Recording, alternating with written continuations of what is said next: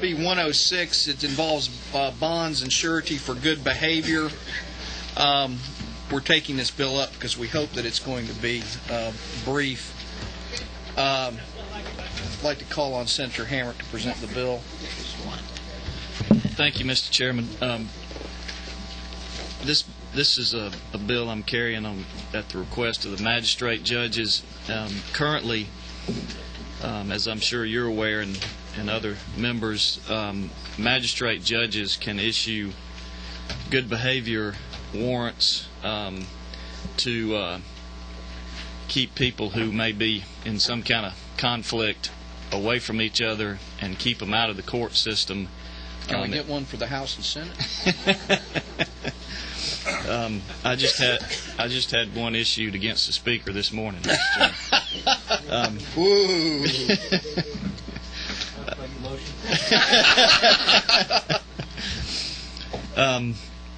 But anyway, the simple way of explaining it is we're extending what they can currently do, or we're trying to extend what they can currently do with these bonds from 60 days to up to 6 months. So it would give the judge discretion within that 6-month time frame to pick an amount of time to issue the bond for, and currently they're limited to 60 days. And so if the bond needs to be reissued, the person who is seeking the bond has to go back and pay the fee again and get another one, and this just gives the judge the ability to extend the time. And we can give you more details about what types of cases they're issued in if we need to. But I think most people heard this in subcommittee. Are there any questions for the author about this bill? I don't see any questions. I had somebody signed up, but I think they're from the magistrate judges. Is that correct? Yes. You're in support. I was just here to answer any questions. All right. Is there a motion from the committee regarding SB 106? Is there a second? There's a motion and a second. Any further discussion? Seeing none, I'd call the question. All those in favor of do pass on SB 106, raise your right hand. All those opposed, passes. Thank you, Senator Hamrick. thank you, Mr. Chairman. Oh, Senator Hamrick, I'm supposed to ask, who is carrying this in the House for you? Representative Cole. Cole. All right. Thank you. That gentleman right over there. All right, next bill we're going to take up is SB 182 regarding torts, asbestos, silica claims, change provisions, sponsored by Senator Wiles. Thank you, Mr. Chairman. Members of the committee, I think there's some members of the committee that I think I have the 12 o'clock calendar today in Slogo. No, actually, I think a couple of them might not have gotten a notice because I just said it's special yesterday. I think one of them is your bill, I think, but I'm not sure. But I want to make sure we get notice to you. We have Senate Bill 182 is a very long, thick bill, and there's a reason for that. Portions of this statute previously passed by the legislature were declared unconstitutional, and one of the premises that Legislative Counsel says if you've got a code section that's declared unconstitutional, you can't simply fix it by making a change of deleting the one portion of the section that is unconstitutional, and by the fix it, you have to reenact the whole statute. So that's why it's so long. There's several experts here today to testify. I'm going to kind of give you the high points and move on and let them come. We have lots of high-powered lawyers that can explain it in greater detail. This bill went through the Senate Judiciary Committee. We had lots of discussion and a lot of negotiation. It's an basically it's an ALEC bill. It has two parts to it. One of the parts deals with how you deal with asbestos claims. One of the real issues involving asbestos is there are a lot of sick people out there, and there are a lot of people that have suffered exposure to asbestos that may not be really sick right now, but do have evidence that they have been harmed by asbestos, but not enough that they're really sick.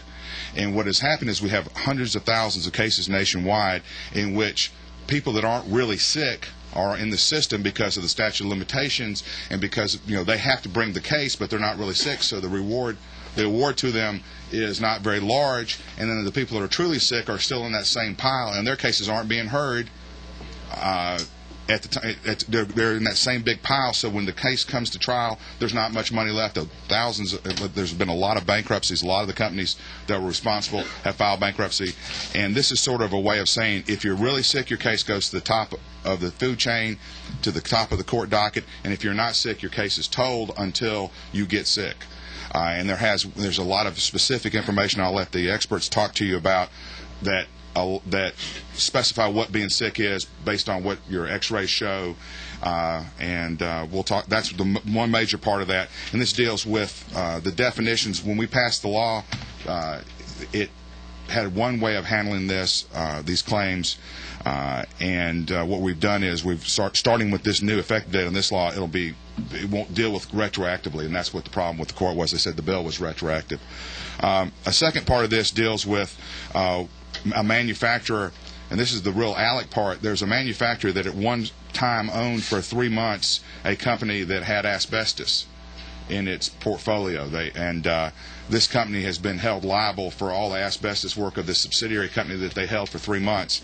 And this bill provides a way of requiring them to be liable, but only to the extent of the value of the company discounted to present value today. So there's still a lot of money out there, insurance, but it will protect a existing company. That bill has been enacted in several states, and we'll let the representative from that company testify as to the basis of that bill. I can answer any questions, Mr. Chairman, or you can probably be better to let the people that are signed up to testify. Let me see if there are any questions for the author. Yes. He's here, but he had knee surgery and didn't want to sit here, so just call him when we're ready. But he did come. And my grandfather and his 6 or 7 siblings played hide and seek. I just want to let you know. Mounds of asbestos.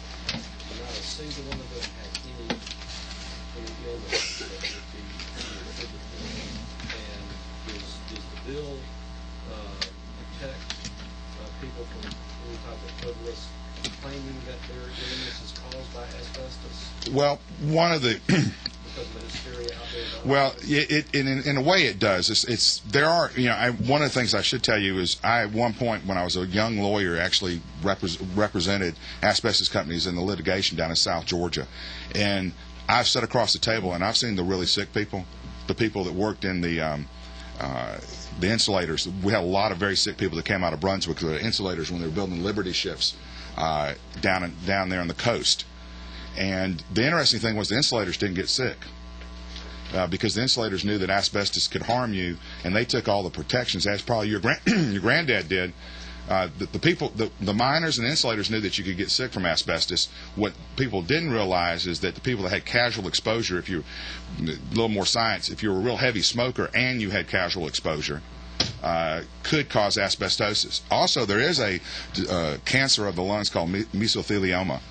That is it's basically only related to asbestos, and I think there's pretty good science, although I don't want to bind the lawyers, but I'll tell you. And that is clearly an asbestos-related disease. And in fact, this bill accepts mesothelioma claims. You don't have to go through the process if you've got a mesothelioma claim. But yeah, it does. What it does do is it says, okay, we know you might have a scarring in your lung, which at some point in the next 20 to 30 years could result in a disease, asbestosis. But we're going to let that claim lay fallow until you're sick. Interestingly, a lot of the trial lawyers support this bill because of the statute of limitations. They're required to bring the claim now for someone that isn't very ill. And you can imagine if you try a case to a jury and the person isn't very ill, that the jury award will be very low because they really aren't very ill, but they have to bring the claim forward. Or what really happens is generally the cases are settled for very small amounts of money. But what has happened is the fees have just drained all the money out of the industry, and there's not a lot of people around to pay the claims. And this bill tries to get sick people compensated, protect people who may get sick, protect people with cancer. They go to the head of the line, or mesothelioma, and not take a company out of business because it owned a subsidiary for 3 months. If it had bought it in a different form, it would not have had any liability. But it merged it into the company. So that's what it's kind of and this is what we passed 2 years ago, which the House and the Senate and the governor agreed to. But this bill addresses what the courts have held as problematic in that original case. And interestingly, when we passed it 3 years ago, many of the trial bar actually supported the bill too. But there was a couple people saying, hey, there's some problems, and there was some out-of-state lawyers that came in and actually raised the problem that caused the case to be, the part of the statute to be reversed. All right, any other questions for the author? Thank you. All right, if not, who would you like us to hear from? You go ahead. These are really smart lawyers. It's what we need. Thank you very much. My name is Eric Wachter. I'm with King & Spalding here in Atlanta, and I'm here today on behalf of Georgia Pacific. Senator Wiles, I think, gave you a very good overview of the purpose and thrust of this bill, and again, just to reiterate, the objectives as far as requiring a threshold showing of physical impairment that is somehow linked to asbestos by a real doctor is really what was embodied in the legislation that was already passed 2 years ago. The primary impetus of this bill this year is that last year the Georgia Supreme Court found that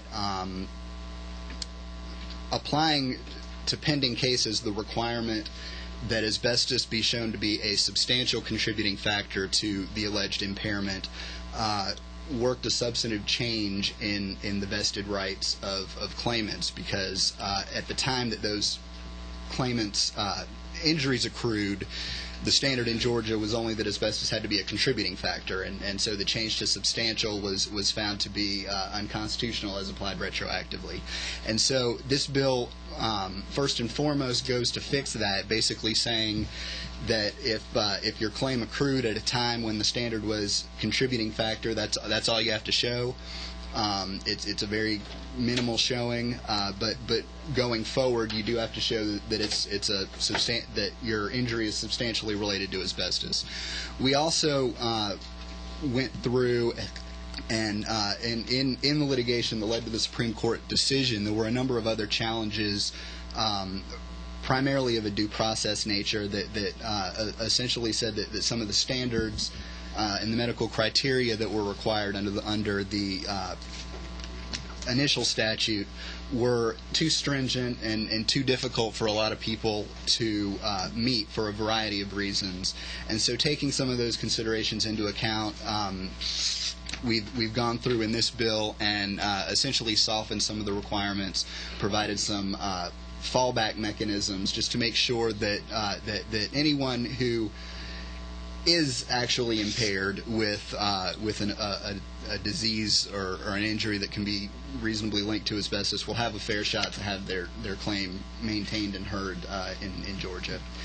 And so that I think kind of gives you an overview of the thrust of this legislation, and I'd be happy to take any questions. Any questions from members of the committee? Mrs. Stacey Abrams. The change from contributing factors to substantial contributing factor, are there any numbers about the number of claims? What percentage of claims would not qualify now under that change in definition? Well, because essentially the new substantial requirement has never been enforced yet because of the retroactivity problems, we don't really know for sure.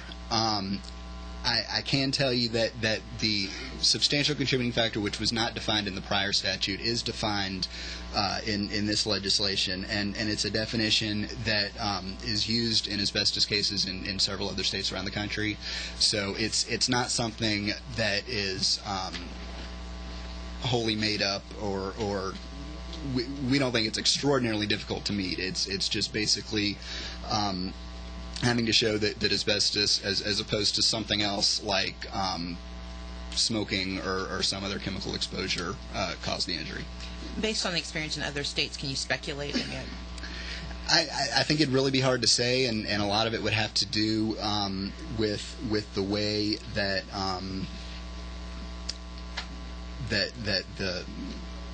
the plaintiffs were able to assemble their evidence, but essentially I mean, I can't really say in quantitative terms what it would do. Although we think that it would keep the thrust of just really requiring a reasonably clear causation. Thank you. Representative Collins, do you have a question? I know it looks like his hand There's a lot of confusion about you everywhere you go. Very good, sir. I'm Representative Randall Mangum. And all of the resemblances there, I'm Representative Doug Collins. And it's good to have some levity on this great day. Thank you for appearing today, sir. I didn't ask us of the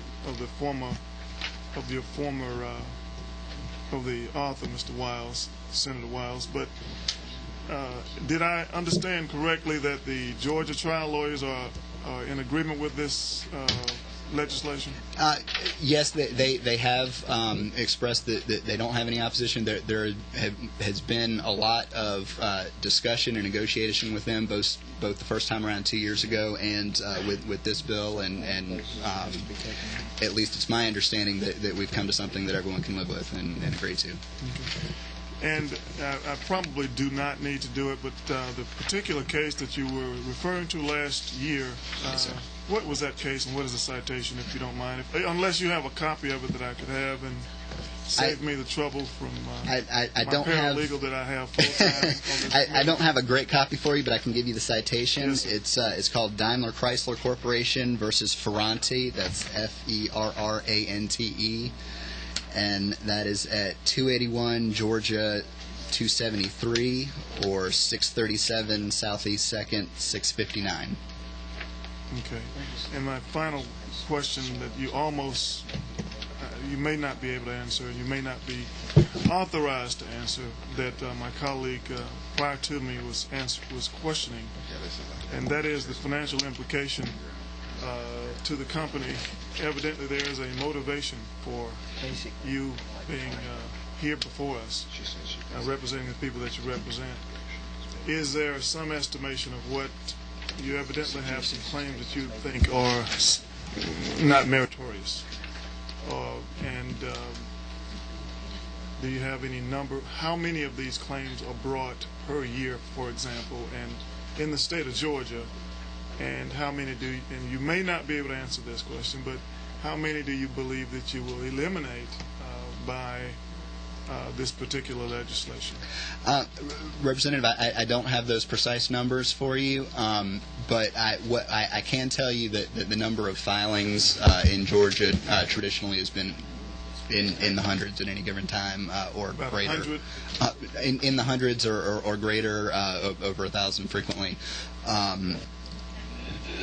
I don't really know that this bill is necessarily about direct savings to defendants. I'm sure that will be a result in some instances, but the primary thrust, there are going to be asbestos cases and claims that we see all the time where there's undeniable impairment, there's undeniable injury. The thrust of this bill is to prioritize to make sure that it's the sickest people that are first in line.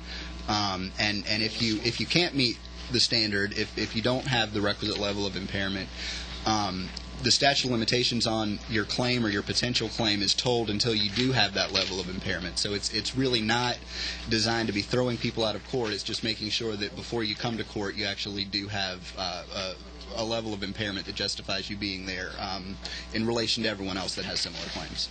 Thank you. I'm glad to hear that both sides of the trial bar are getting along on such a very important issue. We try. Thank you. Yeah. All right, are there any other questions? Yes, ma'am. Is there any type of finite date for claims from individuals? I'm not quite sure I understand your question. I mean, asbestos was quite a long time ago, so Yes. Does that mean that in 2030, 2050, that those claims will be done, or is it going to be indefinitely? Well, there's a general statute of limitations that's not necessarily specific to asbestos. That's 2 years from the date the claim accrues, which in asbestos cases is generally when the injury is complete. And so that's why you can still have current claims even though the exposure may have happened many years in the past. These diseases typically have lengthy latency period, and so by the time once you're diagnosed with an asbestos-related disease, generally that's when your 2-year period to file a claim begins. Under this bill, it will be when you can show the prima facie evidence of physical impairment as defined by the criteria in the bill. That will be the trigger for your 2-year period to file your claim. And follow-up question? Yeah, sure. And when you become sick, I would assume that there is evidence that that's what caused your illness from asbestos? Yes. Essentially, there are certain tests, whether they be x-rays or pathological examinations, biopsies, or pulmonary function tests, where the medical experts in these fields can find what type of impairment is likely linked to asbestos, and then there are requirements for those that fall under the substantial contributing factor standard, these new claims that would be arising, where the physician that's signing the bill would basically have to say in their medical judgment that asbestos was a substantial contributing factor. Thank you. Any other questions for this witness from the committee? Go right ahead. Terminology earlier. The minimal showing is actually defined in the bill. If you look at what would be section 5114.2, section 17. Okay. And it's actually very detailed in what needs to be shown, and part of the reason for that detail is because there are some alternative ways that the showing can be made in certain aspects, and certain exceptions, whereas if one level of impairment or testing either is unavailable for a variety of reasons, there's some alternative ways that you can make the showing. Thank you. I see. I was looking for that. No other questions. Thank you very much. If you'd remain, we may need to come back to you. Okay, thank you very much. Mr. Morgan, are you ready to speak? We've got somebody in here. All right. Mr. Horter, speak for us. Thank you. All right. Thank you.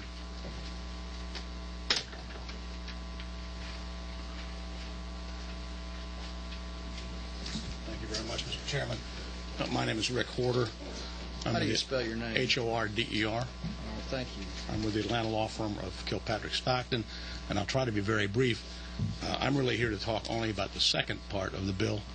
I think Eric did, and Mr. Walker did a great job of explaining, and Senator Wiles, what the first part of the bill has to do with. The second part of the bill really is based on ALEC model legislation also, and that portion has been passed in 6 other states: Ohio, Mississippi, Texas, Pennsylvania, Florida, and South Carolina. That bill applies only to companies like my client, who happens to be Crown, Cork, and Seal, who never were in the asbestos manufacturing, distribution, or sale business. Crown, Cork, and Seal made bottle caps, and if you're as old as I am, you can remember bottle caps that had cork in them. They never had anything else in them. Now they have plastic, and Crown never was in the asbestos business. In the 60s, they acquired a business called Mondat, M-O-N-D-A-T, which had, prior to the acquisition, engaged in some installation work, which did include asbestos, but they had ceased that business before Crown acquired them. Crown acquired them, and as in '64, I believe, and as was often the case back then, Crown merged that company into the larger Crown. That's how they brought the assets in that were left. Mondat also made bottle caps, which is why the acquisition took place. The legal effect of that merger is to make Crown liable for all of the asbestos liability that Mondat had.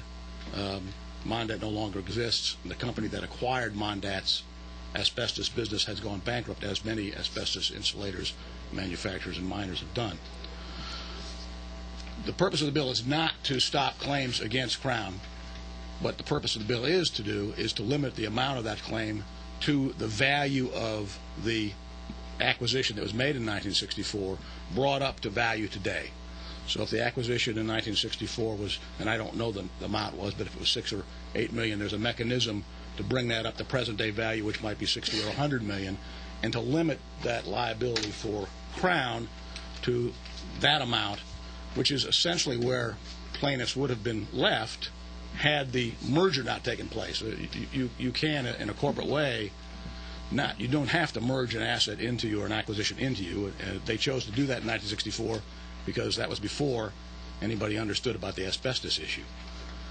This bill applies only to companies that never manufactured asbestos, distributed, or sold it, and who made an acquisition of another company prior to 1972, which is when OSHA first put out public information about the possibility of asbestos being linked to asbestosis, mesothelioma, and other types of asbestos-caused diseases. It essentially leaves asbestos claimants in the same position they would have been had the merger not taken place. It doesn't stop them from filing. It doesn't stop them from bringing the claim. It essentially protects jobs for the larger company by limiting the amount of liability that the now larger company could be held to be liable for in total. That's it in a nutshell. I'd be glad to try to respond. Any questions for Mr. Horder? Yes, Mr. Mangum. Thank you, Mr. Horder. I'm just really interested, I guess, since the state is pretty much, I don't do this type of law. You're lucky, sir. I don't know anything about it, so I'll get a little work but from the standpoint of the state having to pay for these persons that we're being required to pay, just from a policy standpoint, what would be the implications if we did send a message that when we are doing these takeovers and acquisitions that we allowed for some Lloyds of London policy who would take the risk so that the state is not required to take these sick persons? And I may be misunderstanding the complexity of this issue, but it does appear that, and without reading the case that was brought to me right now, first time I heard about this whole issue, I was here 2 years ago, but I don't know anything about this case, this legislation. But is it possible, is that just out in the blue? Because more and more, I believe that corporations, if I buy one corporation, but then it's not an asset purchase, it's you can separate it, not do an asset purchase. But if you do an asset purchase versus a stock purchase versus whatever way you buy it, that there can be, even with the fund, this is through to the author also, that we provide some type of mechanism where people are not left out in the cold, because there are going to be sick people who it may have started with asbestos, but because they were a normal person and they smoked, you can't, to a medical degree of reasonable probability, put that liability on one defendant versus another defendant. And there are other issues that come into play. But what I guess I'm trying to say is if we can have, in the cases that we can show that it is caused by asbestos, that for the company that purchased the prior company, that in those agreements that we have some, because it relatively, I know that insurance companies would probably love to take that risk versus, and even have the state to pay the premium if we have to, so that someone else is taking the risk rather than the state for those sick people who will go into the emergency room and require $100,000 worth of care, keep them alive for another whatever, versus if they have if we thought about it in advance to get them some medical care. Particularly in light of what I'm hearing, we are now going to extend the statute of limitations until they really get really sick. And then it's going to be doctors fighting each other, and this basically is a product liability, medical malpractice, all types of complicated issues.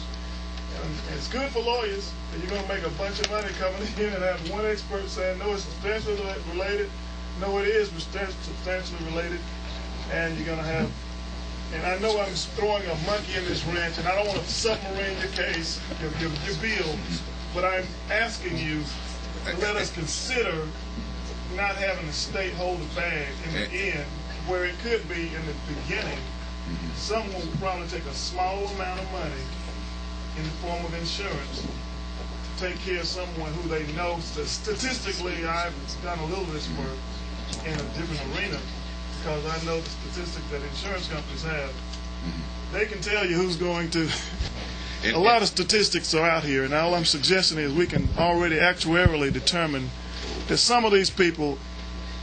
My colleague tried to ask the question, who's getting sick and who's not going to get sick, but someone has the information. I'll try to explain it, and it takes more than just a quick second. What has happened here is, in 1964, when someone was buying product liability, buying insurance for their company, they bought insurance, and that's and I think then you're going to have to correct me, the expensive lawyer is going to have to correct me, but basically you had X amount of coverage for 64, X amount of coverage for 63. In the cases I handled, there was actually, we went back, and this was in the 70s, no, in the 80s, we went back to what the insurance coverage was in 1944 when they made the product. And think back about how much insurance you bought in 1944. What has happened is, with all these asbestos claims, they go back to your policy that you wrote, that New York, name the company wrote in 1944. And what we've done is we've basically, because of these asbestos claims, everybody that actually manufactured asbestos or installed asbestos as a product line has gone through bankruptcy. Right. And then they created these bankruptcy trusts. And what now we've done is we've burned through all that insurance. We've burned through all those corporate assets. We've had all those companies shut down where the workers lose their jobs because of something that happened 45 or 50 years ago. So we got people out of jobs. And his portion of the bill, or the company's, this ALEC portion of the bill, basically says we're going to keep the money that would have been there all along, but for someone choosing a different corporate form. Because you're right, you could have back then simply had no liability by simply doing not doing a merger. But because of the merger doctrine, the lawyers have found that they've burned through all the people that were really responsible. Now they're going into people that make bottle caps. And they're saying, okay, well, since you owned a company that 20 years before that made asbestos products, we're going to hold you liable for something that you didn't insure about because you weren't even doing it. And this is simply a statement by the legislature and what other states have enacted. So we're not going to destroy viable companies that employ workers here in Georgia and throughout the United States because of something that they didn't have anything to do with. The company we're protecting, but we're still providing the money out there, never made asbestos. Never, not a single bit of it. But that's the new target, are the companies that never did it. And we're going to lose, you saw Georgia Pacific here. You know how many people work for Georgia Pacific in Georgia? There's a reason that the legislature 2 years ago responded to the people of Georgia Pacific. A lot of their constituents work for these companies that don't make asbestos. They just happen to have some company that they acquired somewhere down the road that had made asbestos. So that's what this is. We're trying to treat the really sick people, keep money around for those that when they get sick, and put in some medical criteria so the really sick people get compensated. And like I said, that was the interesting part. That's why the trial lawyers came in and after a negotiation said, yeah, we're with you on this because we have really sick people in our offices who can't get any money because all the companies are gone. Sick people in the trial lawyer's offices? Sick people that come into the trial lawyer's office and ask for help, and rightfully so ask for help because they've been injured. And then the lawyer has to turn to them and say, the people that actually injured you, they don't exist anymore because somebody got there before you did. And so we can't compensate you. We can't take care of your medical bills. I get, I'm with you. I'm with you on your issue, and I think it is unfair for your client in Georgia Pacific to be left. That's what we have to do is go for the deep pocket. Where is their money? If there's no money, there's no case. Let me try to respond to you. Go ahead, Roger. But what I guess, and I will not belabor this because I support this bill, but I'm just suggesting that when ABC Company now in 2007 buys XYZ Company, just as we have certain provisions in the contract and you're wary of certain things in a bulk sale transfer, whatever transfer, that we have a standard buyers beware provision that they are indemnifying you so that they will take $10 less on the asset purchase or whatever, not the asset purchase, but whatever type purchase, so that there will be funds to insure from now forward. I'm not referring to 45 years ago, but if I have a company right now that buys another company, and then we know that company has a history of asbestos, We know that. Not that we think it, we know it. And if we know that, then that company should not be able to totally get away scot-free, take all the money, and then try to leave Georgia Pacific or Crown or whomever the bag and say, okay, you guys, it's your problem now. And then ultimately, who's going to pay the state? Yeah. I think that happens now, Representative. Right. The truth of the matter is Georgia Pacific, I don't want to speak for Georgia Pacific, they have their own attorneys here, but Georgia Pacific is a good example. A private entity, Coke, bought them about 2 years ago, well aware of the asbestos liability, and I'm sure that was dealt with in the contract, and companies who are well advised now, and they, as Senator Weil says, they spend hundreds of dollars per hour on lawyers to advise them about this problem. I think what happened here is that nobody, and I'm not sure what you do about this, but nobody knew in 1964 about this horrible asbestos tail that was going to be present. And all this bill does is say, we want to leave people in the same position they would have been if we hadn't done this merger, which is you have the ability to get a claim against what that asset would be worth today if it had been a standalone asset, and we could have left it as a standalone asset, but you shouldn't have this windfall against people who make bottle caps and never made asbestos because of a decision made in 1964. All right. Any further questions for Mr. Horner? Thank you. If not, if you gentlemen would stay right there. The chair has been advised by counsel that she believes there may be a problem with some language in this bill, and I want to bring it to the attention of the author. It would appear on line 4 at page 17, the phrase in line 17 which says, as may be amended from time to time, I believe she says would... It's actually, I think at 14, it's actually line 15, line 17, and line 19. That's correct. 15, 17, and 19. The idea being on page 4. It also, the same language appears on page number 14 at lines, I believe it's at line 16 and at line 19, and it appears on page 23 at lines 11 and lines 13. It's my understanding from Legislative Counsel that we really can't bind ourselves to a statute that may be amended at some other place at some other time. Is that what the point is? Fair enough. Yeah, it's actually in 3 locations in each of those. All right. Well, where's the other one? Because I must have missed it. On page 23, it's at lines 11, 13, and then 14 and 15. All right. And on page 14, it's on lines 17, 19, 20, 21.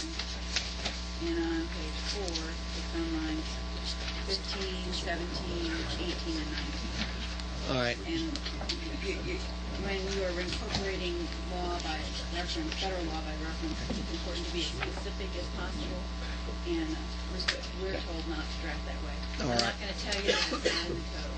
Right. But since this has already been challenged, I'm trying to... Do you have any objection to... I don't. We did run this. This was, the Legislative Counsel, Syl Brumby did look at this. This was a pretty... Right. As he described to me, this was they had to create new drafting rules in Legislative Counsel because of the amount of subparts we had. So I know he was intimately involved in it. So that's why it came out of his office. Okay. So it was brought to him. The bill drafting manual, and it specifically says, legislation should not say as now or here. Well, I'm sure Syl wrote the manual, so he can probably break the rules when he wants to. Yeah. Well, the only thing I would say about that, and I'm not an expert in statutory construction, but those are really carve-outs of the bill, so that the state of Georgia's bill, this bill, is not affecting federal law. That's the purpose of those carve-outs. Those are all federal statutes, the Federal Employee, right. The Railroad Act, and so. Well, does deleting that do you have a problem with it? That's the question. No.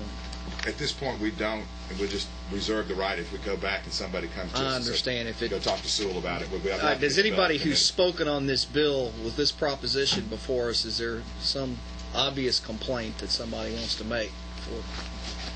No obvious complaint. All right, Ilda, if that's the case, then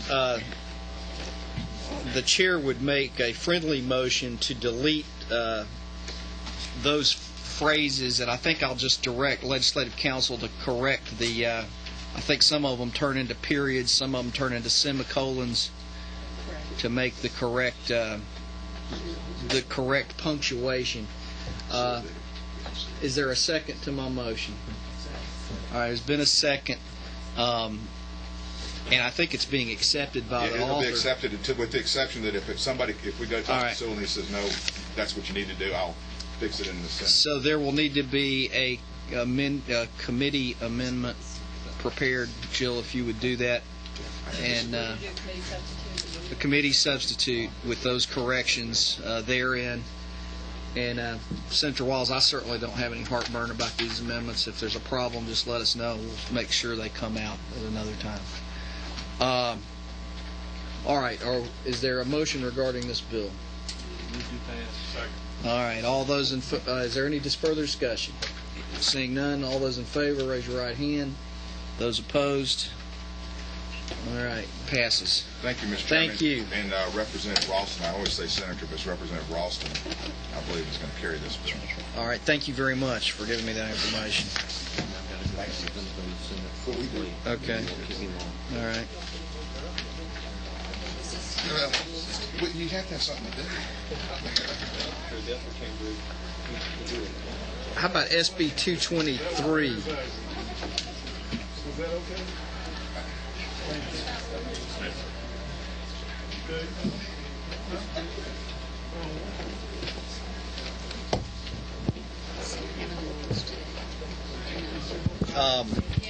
the Senate have any rules today? I'm sorry? Does the Senate have any rules? Rules committee I today? believe they met yesterday for tomorrow. But not today? But not today. Okay, thank you. Yes. That's my I'm question. sorry. You know, you're eligible to take the Fifth Amendment on any questions regarding the Senate that you want to. All right. I'm not a potted plant. This is SB 223, brought by Senator Smith. Would you please explain the bill to the committee? Thank you, Mr. Chairman, and distinguished members of the committee. I think I have two bills on your agenda today, and I very much appreciate your hearing these bills. I did not bring Senate Bill 223 with me. I frankly didn't realize it was on the agenda, so I'm thrilled that it's here. You need a copy. Thank you. I now have one. Presently, juvenile court judges are largely paid by the local county jurisdictions. There is a state supplement or contribution, and there's a schedule for that contribution that the state makes to the counties that they can use to help pay the juvenile court judges. That schedule is actually incorporated into this bill, so you can see this existing law on page 2. It breaks out whether the judge works 1 day, 2 days, 3 days, 4 days, or if they're a full-time judge. And different circuits and counties handle it different ways. All this bill relates to is what amounts to a cost of living increase on the state's portion of the contribution. And we've been in discussion with the juvenile court judges on the state making a contribution to a annualized cost of living increase over the next 2 years. We've had discussions back and forth over the appropriate amount of the state contribution, and presently the agreement that we have with the governor's office and the appropriations chairs, as I understand it, is a 1% cost of living increase on the state's portion this year, which is typically at least matched by the counties, and then another 1% cost of living increase the following year. And so you see both sections D and E dealing with this year and next year. And the juvenile court judges have been very, very cooperative with us. They've been very friendly in working with us on this. They have not complained one bit about the negotiations and understanding the appropriations process. And right now they have signed off on this amount on the state contribution. So that's as complicated as this bill gets, and I would respectfully appreciate your support and be happy to answer any questions that you may have. Any questions for the author? I don't see any questions. There is no one else signed up to speak. What's the committee's will on this matter? Motion, Mr. Levitas. Is there a second? Second by Mr. Collins. All those in favor, please raise your right hand. Bill seems to pass. Thank you very much, Senator. Do you have something else? Senate Bill 145. All right, I think we're going to have to hold that one until Mr. Ralston gets back. Okay, thank you, Mr. Chairman. You might want to take a little break, anybody that's here on that, before we're going to get to it. May I ask the Chairman, I have a meeting with Lieutenant Governor at 11. Would it be better for me to stay here for that bill? It's 5 minutes till 11. Well, this bill is frankly trumps in importance to that meeting, although I wish this wasn't on the Internet. No, but, I'm telling you, you got plenty of time to go. Chairman Willard will be there as well. So I can return and present 145 to the committee? It probably going to be after lunch. After lunch, okay. All right, I will check. I mean, I'm just guessing. I may not be the chair in about 5 minutes. Well, I'd much rather stay if there's any risk at all of not hearing 145 in my absence. So if there's any question, I'll stay. No, it's not going to be heard in your absence. Okay. Huh? Oh, yeah. Who's handling 223 in the House? I had not made a designation, so if there's someone who would like to be found, that'd be wonderful, Chairman, if you would like to handle that. Thank you. Thank you. All right.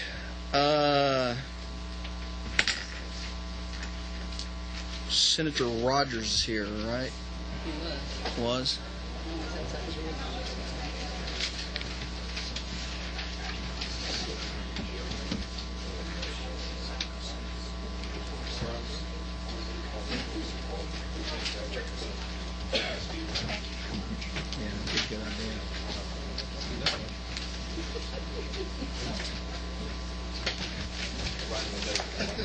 So you'll have to stay here.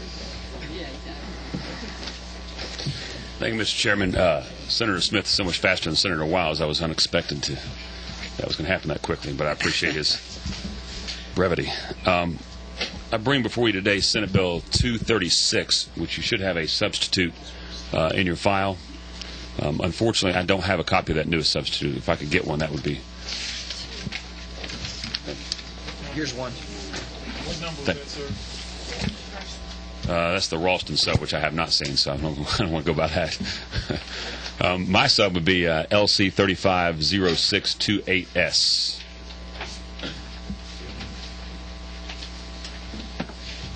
Just quickly, I don't want to belabor the point. This bill deals strictly with identity theft, identity fraud, and as most people know, it's the fastest growing crime in the United States. And as I don't want to say as luck would have it, but as timing would have it, if you read yesterday's paper on the very front page, Georgia's personal data lost, which was unfortunate, but we can put mechanisms in place to make sure that whoever's data was obtained and used in a fraudulent manner, or even prior to being used in a fraudulent manner, could be notified.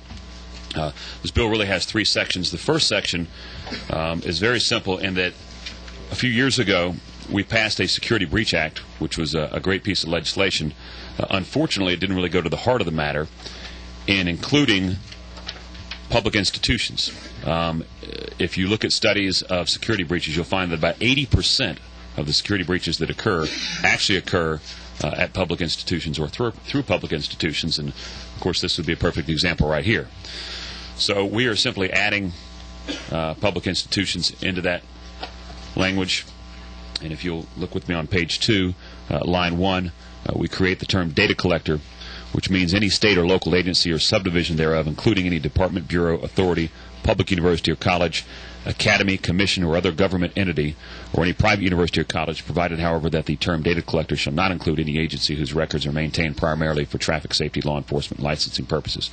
That last line is the exact same definition you'll find for information broker. So in the current language that pertains to who has to notify when a security breach occurs, you will notice throughout here we just simply, everywhere you found information broker, we've also added data collector. So essentially bring the public institutions in line with what the private institutions are having to do now.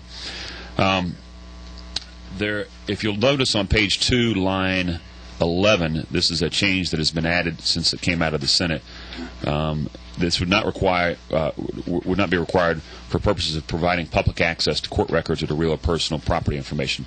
This is brought to us by the clerks of court, and I have no problem with that. That we don't certainly. It's not our intention to tie them into this.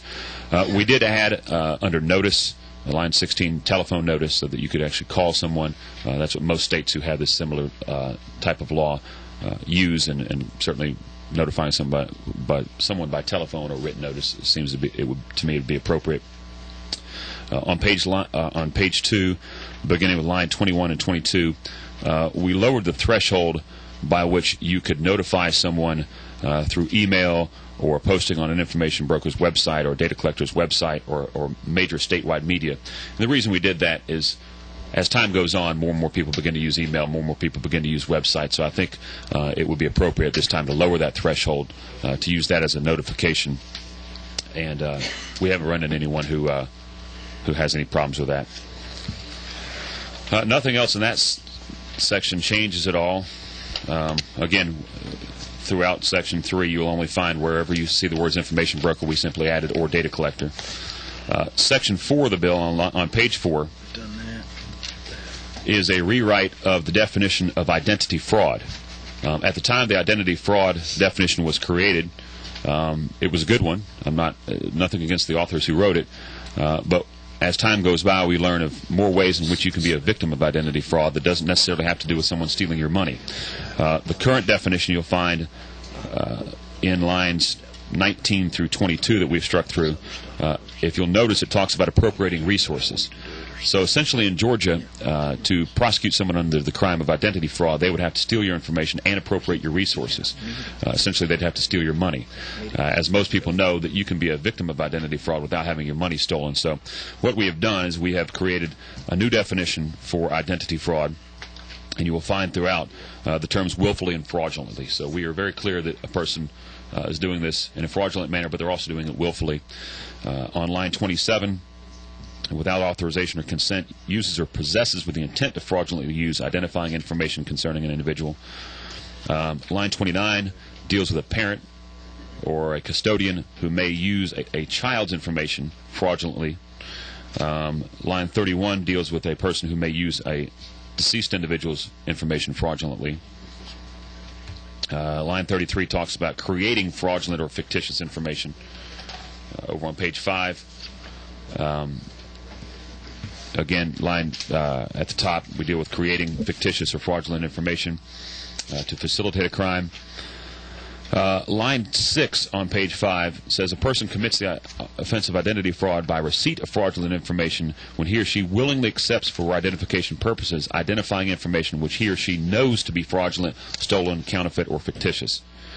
And then one of the additions we made since this bill passed the Senate on line 12, we wanted to ensure that what we're talking about here with identity fraud is, for lack of a better term, not a kid trying to get into a bar or buy beer. We're certainly not condoning that action, but certainly that doesn't rise to the level of a felony.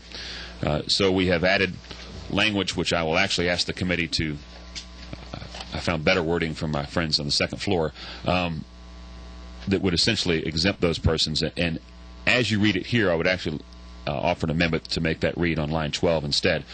Provided, however, this code section shall not apply to the fraudulent use of identifying information for the purposes of gaining access to an age-restricted facility or to acquire a product for consumption which is restricted by age. And I will offer that up in just a moment when we finalize this. Section 5 simply says that if you believe you've been the victim of identity fraud, that you may contact local law enforcement in that jurisdiction, and they would provide you with an incident report that you could, of course, use to prove to someone that you believe you've been the victim of identity fraud. That seems to be standard among many states, and no one is opposed to that. That's just good for law enforcement, good for victims. And then finally, on page 6, we once again deal with the age issue.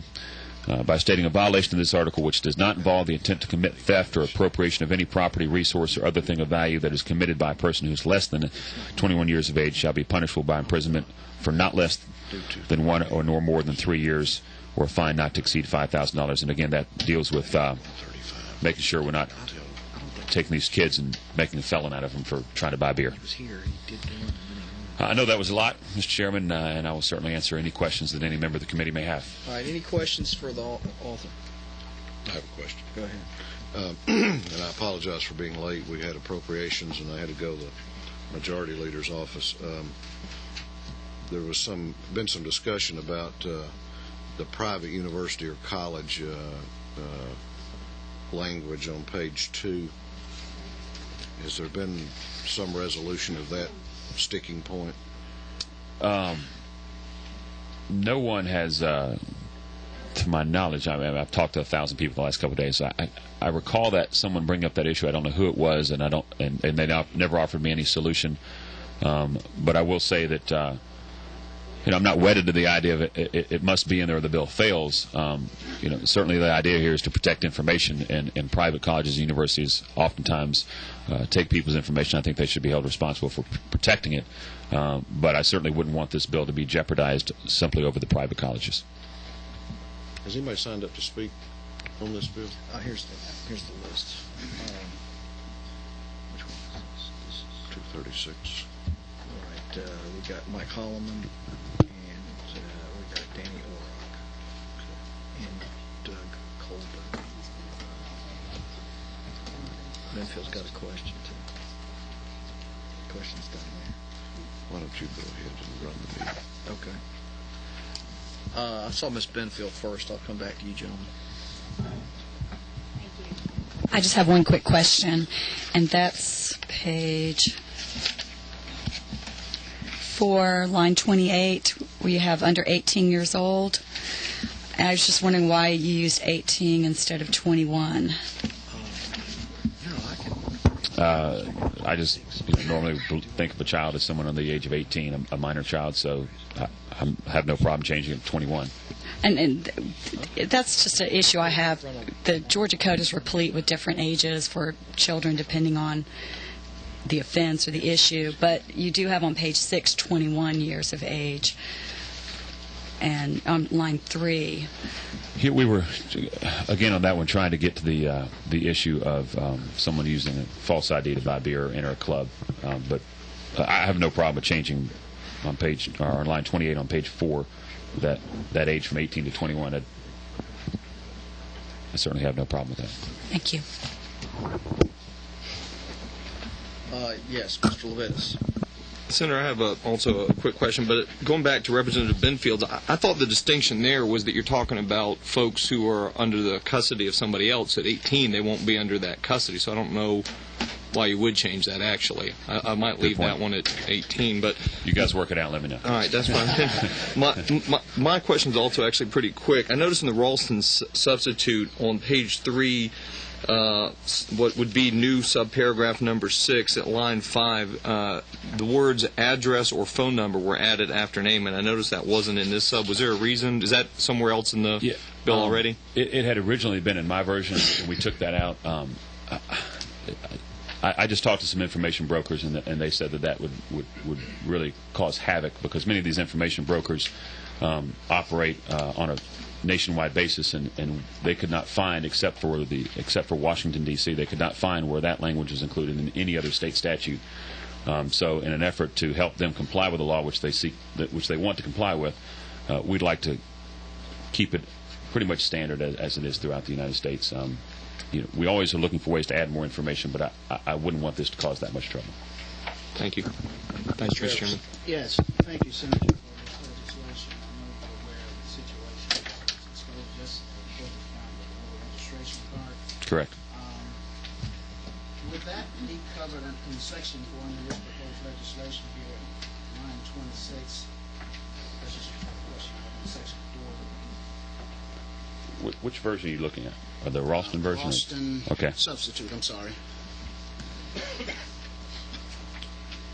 What page, I'm sorry? Page 4, section 4. Line 26? Line 26. It would be difficult for me to say without knowing the facts of the case for the investigation. Thank you.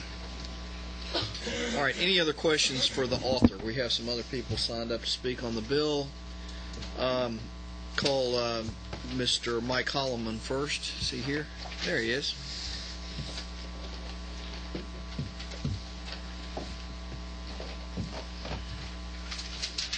Thank you, Mr. Chairman, members of the committee. I'm Mike Holloman, here today representing the Superior Court Clerks and the Superior Court Clerks Cooperative Authority. I too would, the substitute 2902S does not include, I think we're calling it the Ralston substitute. Senator Rogers' 0628S includes language which we feel is necessary to continue to provide access to documents in the court, and that is shall not include any agency. Oh, I'm sorry. We'd actually put that under the definition of data collector in the substitute. It's on page 2, line 11 and 12, or for purposes of providing public access to court records and for real and or personal property information. That language is not included in the Ralston substitute 2902S. Depending on which way the committee decides to go, we would appreciate consideration of being certain that that language is in whichever final draft is approved. I want to direct a question then to the author. Do we need to add that language to the Ralston substitute, or what's your preference? I would like it added, which again, whatever you guys want.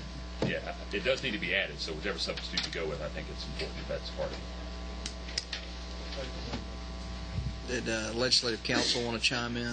I just wanted, just so you understand, there's only the Senate Bill 236 that passed the Senate is basically the Ralston sub with the private university language taken out. The sub that Senator Rogers presented, there's a number of changes from when it passed the Senate to now. And I think as he was presenting the bill, he was trying to take you through some of those changes. So that's why there's differences. All right, so the point is that the Ralston sub is what needs to be passed with the addition of the clerk's language? Well, it's up to the committee to whatever you want to pass. I'm just trying to say there's lots of changes that the senator has made. I just wanted to try and get the author to tell me which one is the more perfect document at this point. I think mine's more perfect. But I would be, since the Ralston stuff only makes the minor change dealing with private colleges, we could add that to my sub if it's the will of the committee, and that would solve both problems. Okay. Yes, sir. All right. Well, why don't we try and get that accomplished then? Is there the chair, I guess, will make a motion that we are going to add the language in the Ralston substitute, deleting. It's a deletion, is it not? That's correct. Can somebody give me the page and lines? Page 2, line 3. All right. And is there a second to that motion? All right. I think it's friendly amendments accepted. Is that correct? It's been accepted by the author. Is that correct? All right. So can you make that change for us?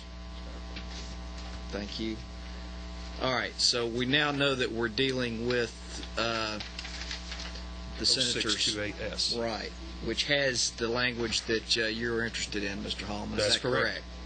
And you're satisfied with it, with that change, is that correct? I'm going to depend on Legislative Council's decision to place that exemption under the definition of information broker rather than data collector, which the term data collector seems to be applying to state and local agencies, whereas information broker was originally drafted 2 years ago to speak to consumer reporting agencies. If it's more appropriate for the exemption that I'm seeking to be under that, I'll depend on, again, the Office of the Legislative Council. I would have thought that it would belong as on the tail end of number 2, the definition of data collector, because it deals with a public agency and not consumer reporting agency. Jill, I hate to keep putting you on the spot, but it's that time of year, I guess. How do you feel about that? I have to say, I didn't draft LC 350628, so I wasn't party to the discussion as to where it should go. I would agree with Mr. Holloman. I think from a layout standpoint, he's probably right. I would say from an effective standpoint, everywhere you find the term data collector, you find the term information broker, so I'm not sure it's going to make that much difference. I agree with but it does seem to flow more with a data collector because of the government terminology. I would agree with that. All right, so the chair will make a friendly amendment to then move that piece of language from whence to whither. Hold on just a second.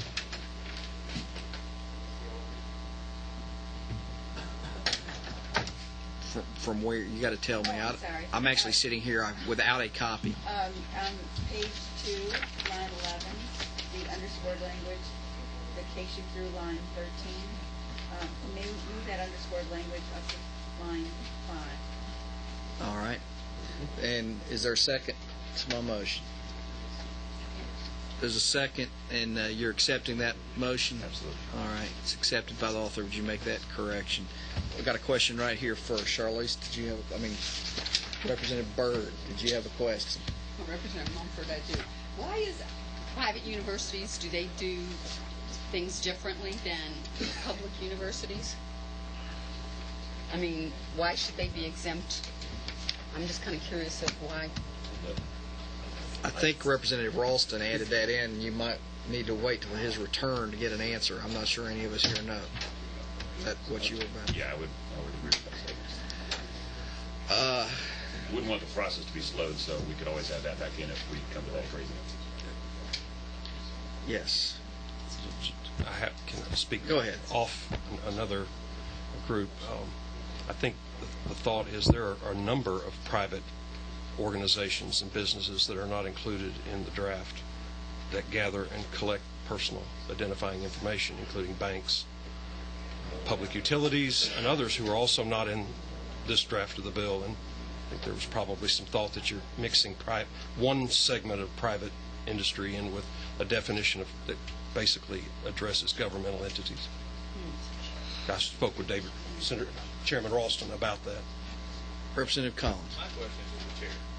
We seem at this point, and I'll just admit, I got a head cold and I'm moving a little slower than normal today. Which bill are we working on here? We're working on Senator Rogers' bill at this point. Okay, but we keep, and my only question, we keep going back and saying, well, let's add it to this language, add it to this, but I'm just making sure I don't confuse where we're at. I don't want you to be confused. I have problems this morning. We've taken some language out of the Ralston substitute and put it in Senator Chip Rogers' bill. Okay. And we went the opposite way. And then we have moved a paragraph within the bill to another location. It didn't change the language. We just moved it because we felt it would flow better and be... That's the one we moved up. Right. Okay. And that's really all that we've done. Okay. Thank you for your indulgence. Mr. Chairman, there's been a question asked by Representative Byrd about the purpose of the change in the language regarding private educational institutions and what the reason was for the carve-out for them in your substitute. If you know the answer. I just had a lot of concern expressed to me about including those. I don't know if there's anyone here speaking. Are you speaking for those? I can. He spoke actually. Okay. Tangentially to that. Okay. Just wondered if you had anything else you wanted to add. All right. We have some other people here. You want me to finish this? Sure. Yeah. We've got some other people here to speak to this bill. Thank you, Mr. Holloman. Always a pleasure. Call Mr. Orrock with Georgia Watch. Is he here?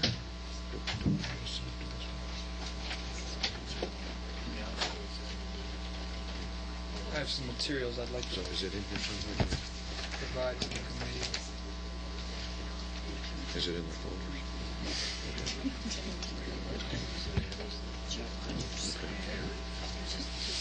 Okay. Has that language been taken out? No, it's been your substitute language has been moved into Chip's bill, which takes the private colleges and universities out. Right. So we're not traveling on your substitute. Okay, we're traveling on Chip's bill.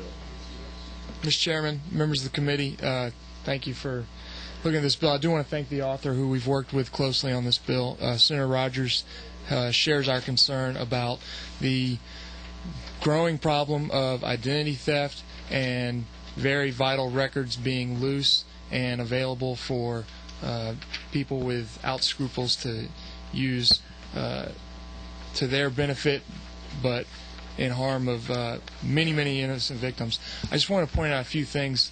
In December, America crossed the 100 million mark on total number of records breached of all time. This has become a big problem. It's already been pointed out that 2 news stories this week of 2.9 million and then 75,000 here in Georgia. I passed out a sheet with some examples over the past 2 years of breaches affecting Georgians. The Federal Trade Commission estimates that this affects 250,000 Georgians every single year.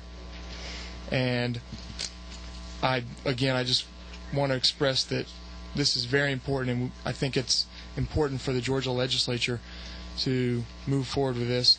I have also suggested some language. There's been some talk in regards to the definition of data collector, and I just submit this language for the committee to consider.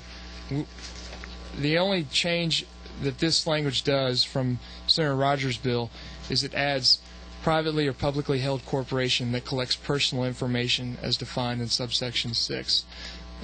This would expand the scope, keeping in mind that this problem does not only happen with government or public agencies. I'll remind folks, TJ Maxx department stores had their computers hacked into, and as many as 45 million people had their credit card numbers stolen. They're not quite sure the extent of that breach because they don't know how long the hackers had access to those records. But I would just like to suggest this language to make sure that we're covering every single entity that does deal with these vital records, and make sure we're sending a message to those entities that they need to be very, very careful with these records, because a lot can be done with someone's credit card number, or especially their Social Security number. Thanks very much. I'll be happy to answer any questions. Mr. Levitas. This may already be in the code, and it may not be necessary, and people in the committee tell you that doesn't stop me from proposing it from time to time. But on the bottom, the second from the bottom line, in between the word any and agency, would it be better to have the word government in there? Provided, however, the term data collection shall not include any government agency whose records are maintained primarily for traffic, safety, law enforcement, or licensing purposes. I think that would make sense on first glance. I'm not sure if there is. I'm not sure either. Even if it's a little bit redundant, I'd rather err on the side of making sure we're restricting this to government agencies rather than kind of private or quasi-public entity. But yeah, I wouldn't have a problem with that. I'm not aware of any reason why that would be problematic. Mr. Chairman, I would consider that a friendly amendment. All right.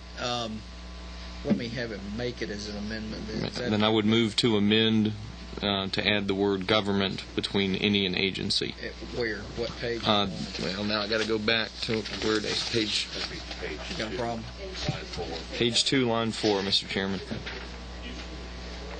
It's actually, the word is governmental. If you look at line 10, page 2, line 10. So for consistency, since that phrase is exactly. Am I allowed to take a friendly amendment from legal counsel? Right. I would make that governmental agency would be my motion. Again, where is it being made? Page 2, line 4. Page 2, line 4. I'm sorry. Representative Lunsford has my copy of the bill. All right. Is there a second to that motion? All right. It's been amended. A motion to amend and seconded, and it's been accepted by the author as a friendly amendment. So could you add that in for us, Joe, please? You following that, Mr. Collins? I'm happy. All right. Okay. Let's do one bill at a time, Mr. Chairman. I understand. We're going to do multiple, but Yes, ma'am. Thanks. Maybe I just didn't follow this correctly. But, Mr. Orrick, did you state, we're having trouble right here this morning. Did you state that this new definition of data collector includes private entities? Yes. Because I don't see that in the definition, so if you can show me where it is. It's inserted in the beginning. If you look at the proposed language that I passed out to the committee, the only difference is that you see it tracks. Oh, that's your amendment. Yes, ma'am. Okay, so it's not in the current. Okay. No, this is just something I've suggested that the committee consider. Okay. It tracks with the language in the bill from data collector means any, and then it inserts between any and state the words privately or publicly held corporation that collects personal information as defined in subsection 6 of this code section. Okay. Now I'm following you. May I ask another question? For the author of the bill, can I get your opinion of the proposed amendment? Neutral. Let me just say this. This is an evolving process in this area of identity theft. And I know that a vast majority are through public institutions, and I know we need to close that loophole immediately. No question that this will this will cost some businesses to have to comply with this. I think it's obviously the question of this committee to determine whether that cost outweighs the benefits or not. I'm not opposed to it. I'm not asking for it. At some point, we may want to look at that if you don't approve it today in the future. But I certainly share the intent. Of course, it does in fact undo the language we just took out of the Ralston Amendment to exclude private universities and colleges. No, that's it expands it greatly. Right. That's true. I drafted this without knowledge of the Ralston substitute. Right. All right. Are there any other questions for Mr. Orrock?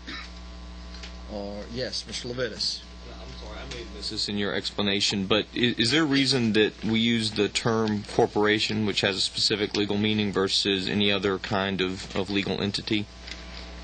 I use that tracks with the Consumers Union model bill language. That's where I got that language from. There's no legal significance to that word. I'm just wondering if that would inadvertently exclude a business organized in a different way, and if it doesn't, that's fine. I don't know if corporate counsel can say if there's some kind of generally accepted definition of corporation, but if it's a sole proprietorship or any other kind of a general partnership, limited partnership, those are legally distinct from being a corporation. And again, I'm not suggesting any language if the author bill and y'all are satisfied that it's accomplishing your purpose. But I think if you put in that word privately or publicly held corporation, you're limiting it just to that kind of legal structure. And I don't know if legal counsel has an I understand opinion. what you mean, and I would have no problem with a different terminology there that expands it to all businesses organized in a variety of ways. All right. Any other questions for Mr. Orrock? Thank you very much, Mr. Orrock. Very good presentation. Next is Mr. Doug Colburn.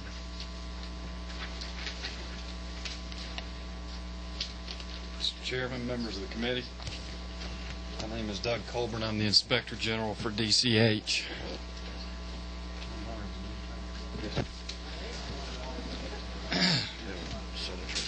We're very well aware of this. Would like to speak on behalf of the bill. We're very supportive of this bill. Would ask that there is one clarification, and that is in section. I apologize. I'm working from the Ralston copy, but I'm going to try to get you to the section. Section 3 under subsection B, some clarification of, I've got it under line 1, immediately following discovery. I'd like some clarification placed on immediately as far as either time frames. I think in the Rogers substitute, he is on line 4 at page 4, line 2. 5 words into it, 6 words into it. Got it. I got one. The concern for me and for the department is making sure that if we have a vendor that is handling that information, that they get that they let us as a department know in a timely fashion. And I would ask that there be some clarification around the word immediately. What's your proposal? That we look at either finding out from legislative council what immediately means, or setting some hours, time frames.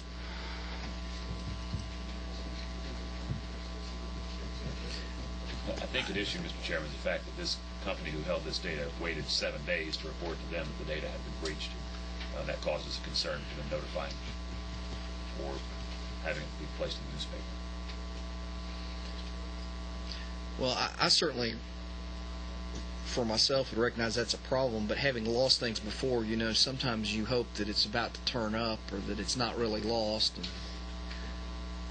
I don't know what the definition of something being lost is before you. It's a bit of a problem.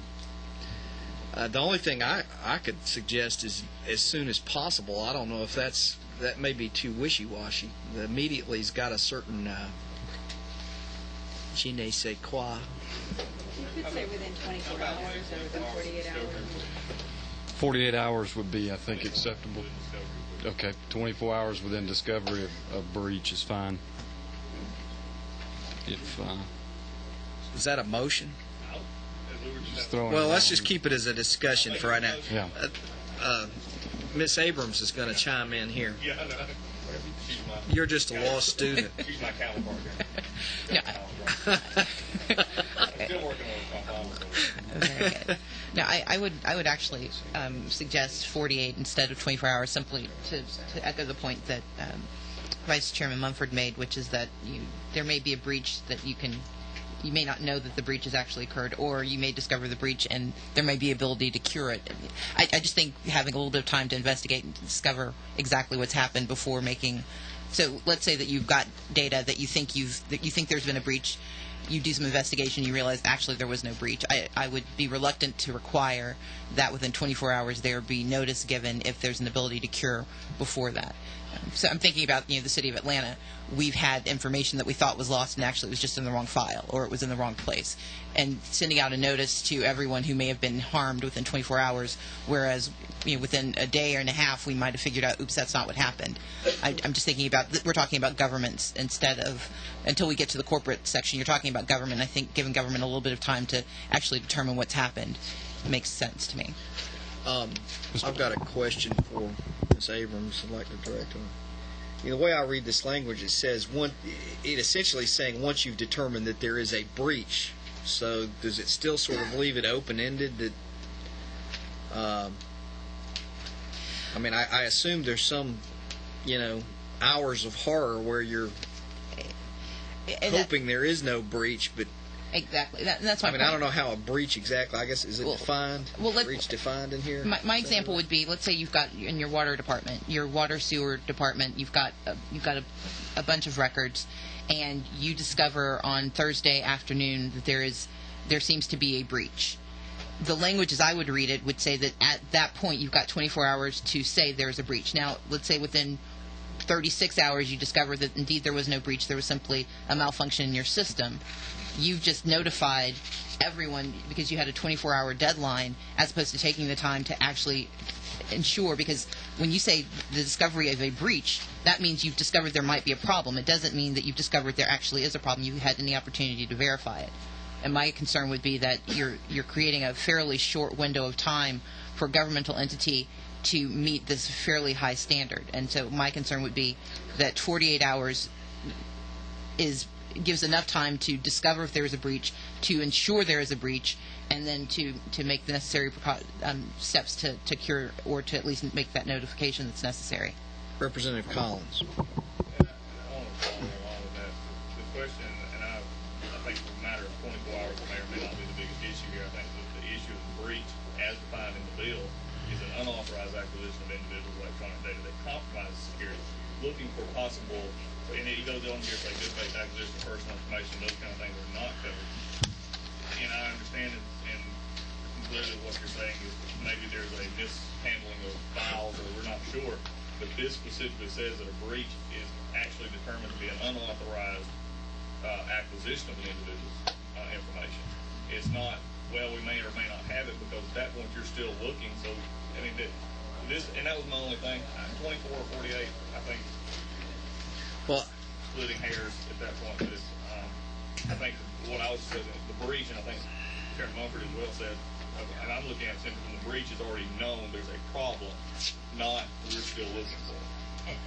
My reaction to that would be saying this as nicely as possible, having worked for government.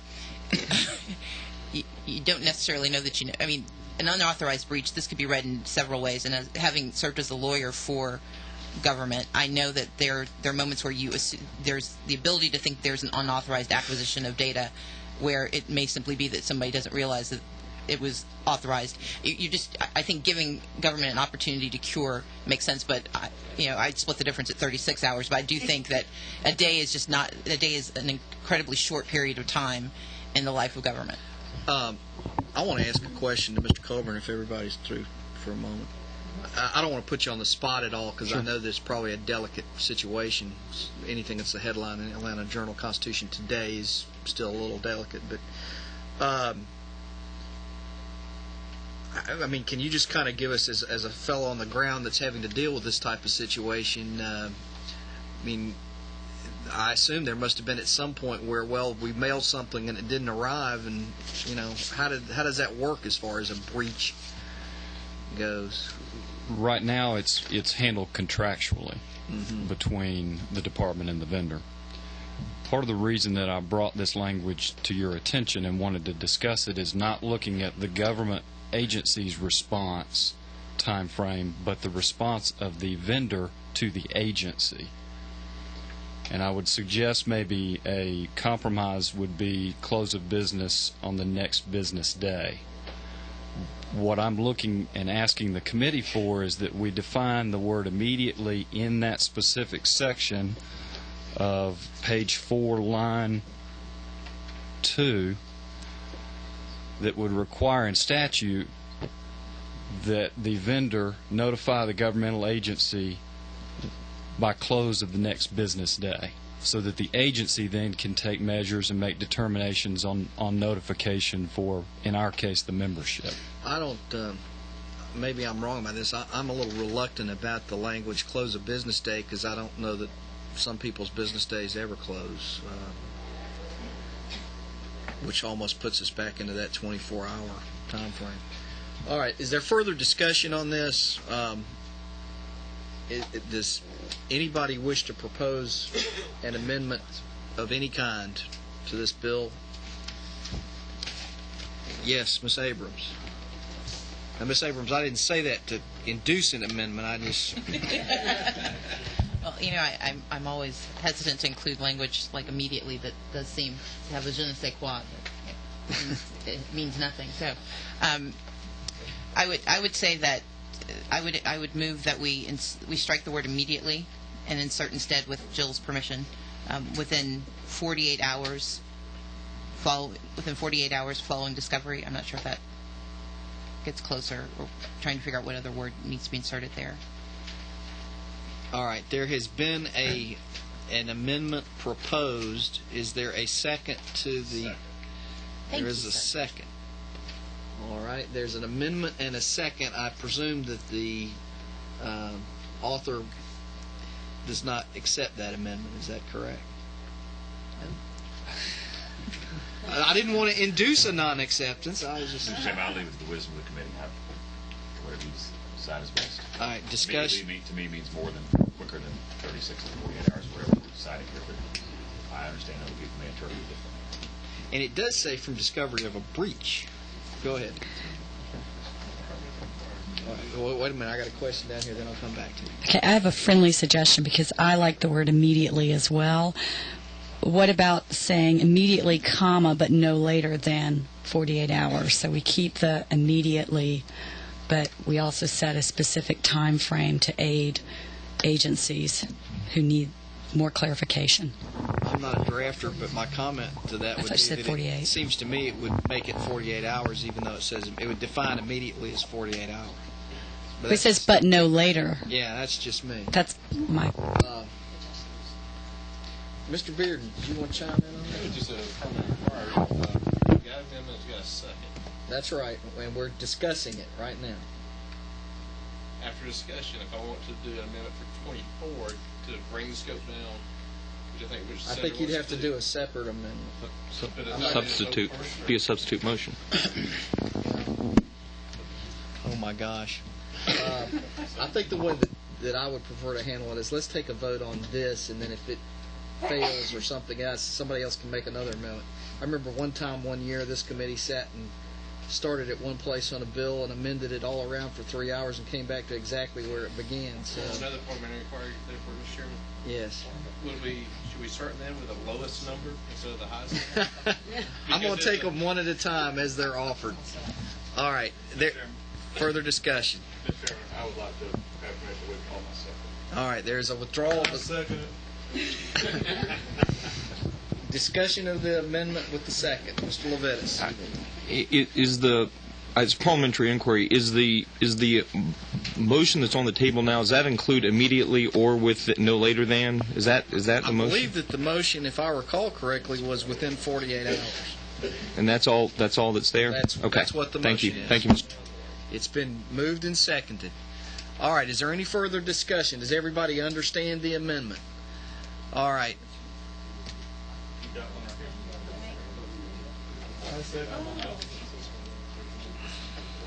Yeah, one second was withdrawn and another one was added. All right. Okay, all those in favor of the Abrams amendment, please raise your right hand.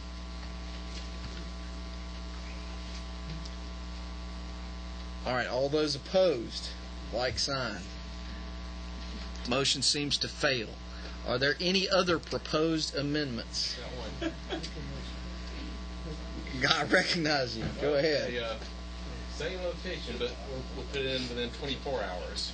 All right. I just, Representative Levitas made a good point. I think that to satisfy all concerns, it may need to say immediately or no greater than 24 hours. Okay.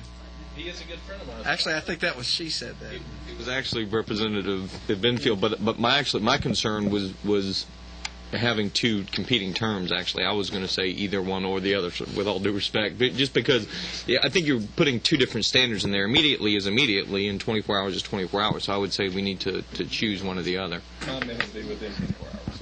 All right. Yes, sir. Chairman, I think the word immediate is quite clear on the brief, but you could, to satisfy Representative Abrams' idea, you could possibly say immediate upon a breach or within 24 hours of the suspected breach. If you're going to send notice, then you've covered both ends of that gamut and you're done. Well, I don't know. I mean, I don't know how you define a suspected breach. I mean, that's like being a little bit pregnant. You know, you either got one or you don't. You don't know what, Mr. Chairman. This is going downhill now. We better vote. That's just my observation. All right, now I need to try and get control of the committee. We have a motion that has just been made. 24 hours. Yes. It's very plain vanilla. This is thanks to your helpful House Research Assistant, Ms. Spock. She noticed that the definitions, where it says breach of the security on lines 1 and 2, actually the phrase is breach of the security of the system, and that's existing text. So of the system should be added after the word security on line 2. As opposed to data? No, it should say any breach of the security of the system. Oh, okay. Of the data, I guess. Oh, But dang. I mean, or we can clean it up more, but the defined phrase of breach is breach of the security. All right, of the system. I'll tell you how I'm going to handle that right now. We'll take that up in just a minute. But I have a motion that has been made, and I have not heard a second. Is there a second? There is a second for the Bearden motion. Mr. Bearden, would you restate the motion just so everybody's clear on it? I'm looking at the Ralston sub on page 4. That's the wrong one. That's the wrong one. Where was it? It's on 4. It's in line 2. So it may still be there. The data within 24 hours following discovery. Within 24 hours. It's been striking. All right, there's been a motion and a second. Is there discussion? Ms. Benfield. Just one last pitch for my language. I like keeping immediately, comma, but no later than 24 hours. I don't think it's redefining immediately or mixing terms because it's saying but no later than. So I prefer keeping immediately in there. All right, we're not going to let you say that. All right, now, any other discussion of the Bearden amendment? All right. Yes, Mr. Mangum. I consider that another amendment we're going to take up at the conclusion of the Bearden amendment. It's not related to the 24-hour period. Well, it's somewhat related. No, actually, it's not related, I don't think. It's something different. That's the reason I didn't want to get confused with it right this second. All right. Yes. Can I ask a question of the Alderman? Certainly. Do you consider the Bearden amendment friendly? At this point, yes.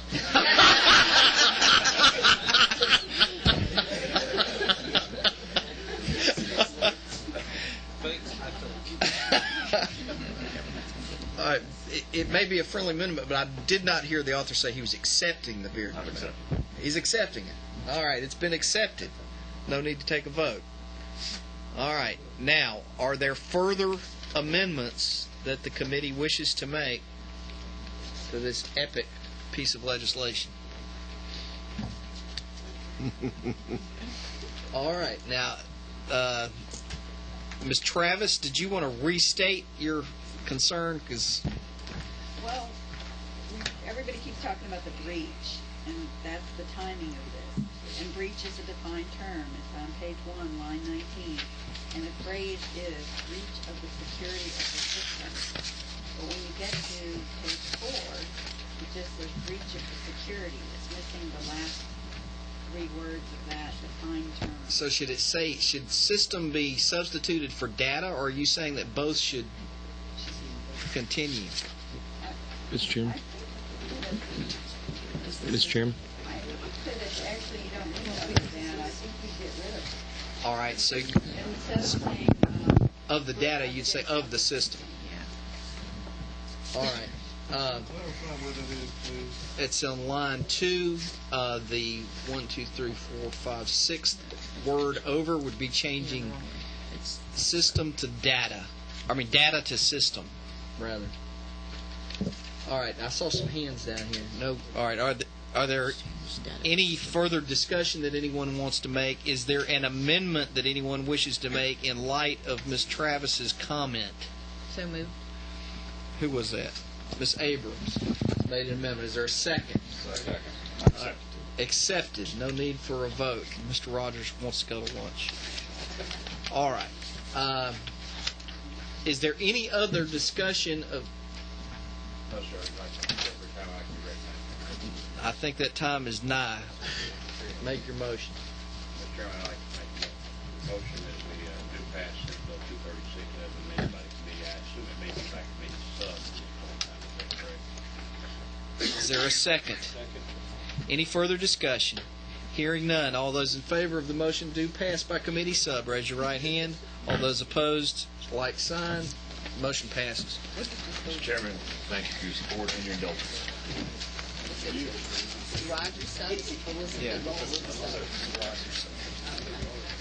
Lowell. Notice I didn't take the gavel away from you on that one. Mr. Chairman, did we...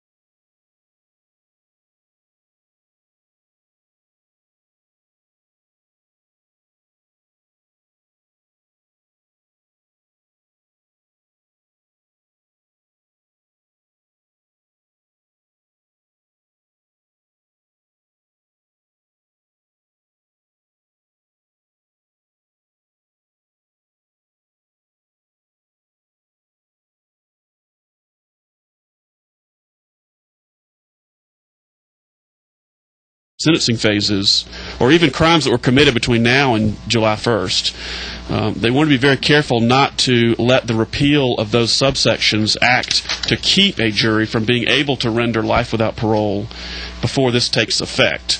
And so the way we originally drafted, frankly, I felt like was sufficient, but in talking to a lot of the interested stakeholders, they want us to be very specific about the effective date so that the sections dealing with that affect crimes which were committed after July 1st, 2007. So you'll see the effective date has some very specific language in there about which sections are effective when, and that's the reasons we made that change.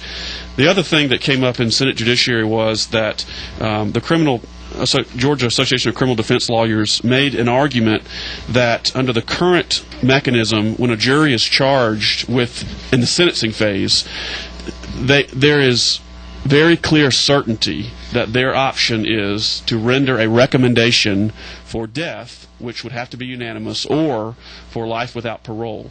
And over the years, I think that evolved, growing out of some uncertainty early on about whether or not, if the jury failed to give death, if the person might be released back on the street, and that might cause an undue influence to cause them to give a death penalty recommendation when they might otherwise not do so. So the criminal defense lawyers asked for us to consider an amendment after the bill passed out that would create a very clear jury instruction so that the juries would render the decision whether it was death or life without parole, and not leave it up to the court after it passed out of the jury's hands, leading them perhaps to impose a death penalty when they might not otherwise intend that. And I committed to them that I would be willing to look at that and work with them on that, and I have done so. They've come back to me with a recommendation. I've circulated that and worked on it myself. There is a competing recommendation which I have copies of now, and I'll let them speak, of course, to their recommendation. But there is a counter recommendation that's going to be offered that will clearly state where a statutory aggravating circumstance is not found, or where a statutory circumstance is found but a recommendation of death is not made, the jury shall determine whether or not to sentence the defendant to life imprisonment without parole or life with the possibility of parole, and there's a jury charge attached to it. I will recommend to you that the version that I'm handing the chairman is the version that I would prefer if you choose to make the change. I think the bill is okay as it is now, but I understand the concern about creating certainty in the recommendation to the jury, and I'm very open and willing to consider that change. And I think certainty in the sentencing is a positive thing. And I've also talked to the criminal defense lawyers today, and they have indicated to me that they are willing to, they are okay, I think is the way they put it, with either version, although they certainly prefer theirs. And I think that's a very reasonable position to take. I sort of in the same place. I feel like it's okay to make a change. I would certainly prefer that the committee consider the version that I am handing out to you, because I think it avoids getting into the death penalty statute and will keep us away from other potential problems. That being said, I'll be happy to go into the bill's specific areas or answer any questions you may have, and I very much appreciate your willingness to hear Senate Bill 145. Thank you, Chairman Smith. Do you, Mr. Floyd and Mr. McDade had signed up. Do y'all wish to be heard?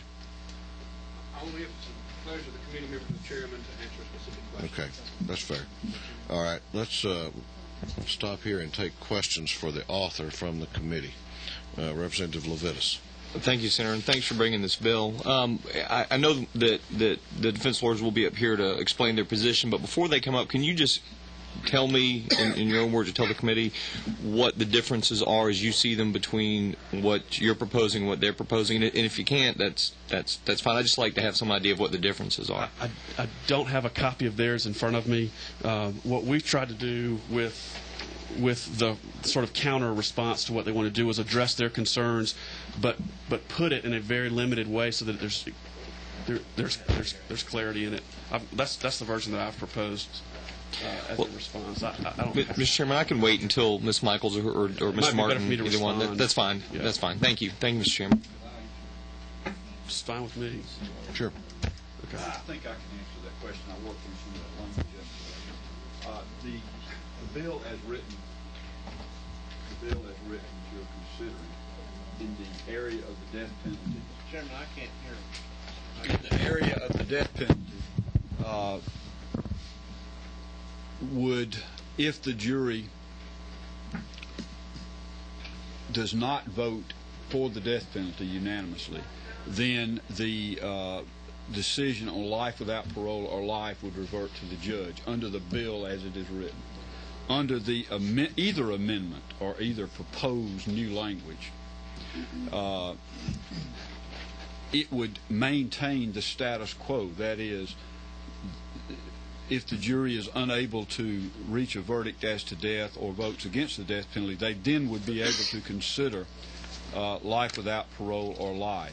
The difference in the two versions of the possible change is that the change that Senator Smith says he favors, that the prosecutors worked on, the Attorney General's office and myself, simply maintains the status quo as it relates to jury charges.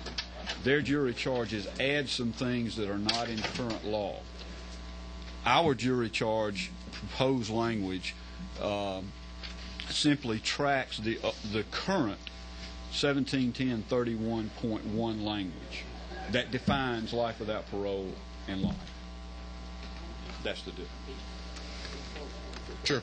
And what I think I also understood is that the defense bar wanted shall and y'all wanted may. Is that as to whether the instruction would be offered? Is that the current language is may? Their proposed language is shall. But as to the substance, other than that, is there anything that you're aware of that's a difference between the two? I'm just trying to get a handle on. I could go through it and give you the specific sentences, but theirs add some things that are not current law. Ours maintains the status quo. Okay. All right. Thank you. Thank you, Mr. Chairman. Thank you. Representative Setzler. The author, I apologize. I stepped into here a couple minutes after we started, so you might have covered this. And just indulge me. Does this require that at the outset of the trial it be stated that life without parole is being sought, or is this just something that a normal case can play out and that's an option available in sentencing? I don't think you are allowed to discuss sentencing in any case at the outset of a trial, except the only exception to that being if you intend to seek the death penalty at the sentencing phase, you have to provide notice of that up front. So this isn't a special case like the death penalty where you've got to say that up front then? That's correct. It is not.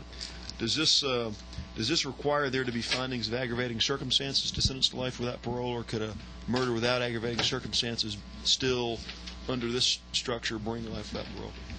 As I understand it, and I'm sure I'll be corrected if I'm wrong, aggravating circumstances only apply in capital cases. Okay. And as a qualifier to seek the death penalty or life without parole under the old system, this would be a available sentence for the crime of murder. Okay. Available to the jury. Is that correct? Creates a range of punishment. The low end being life with parole, the high end being life without parole, except in the death penalty. But you wouldn't have to prove those aggravating circumstances? That's correct. Okay. Thank you.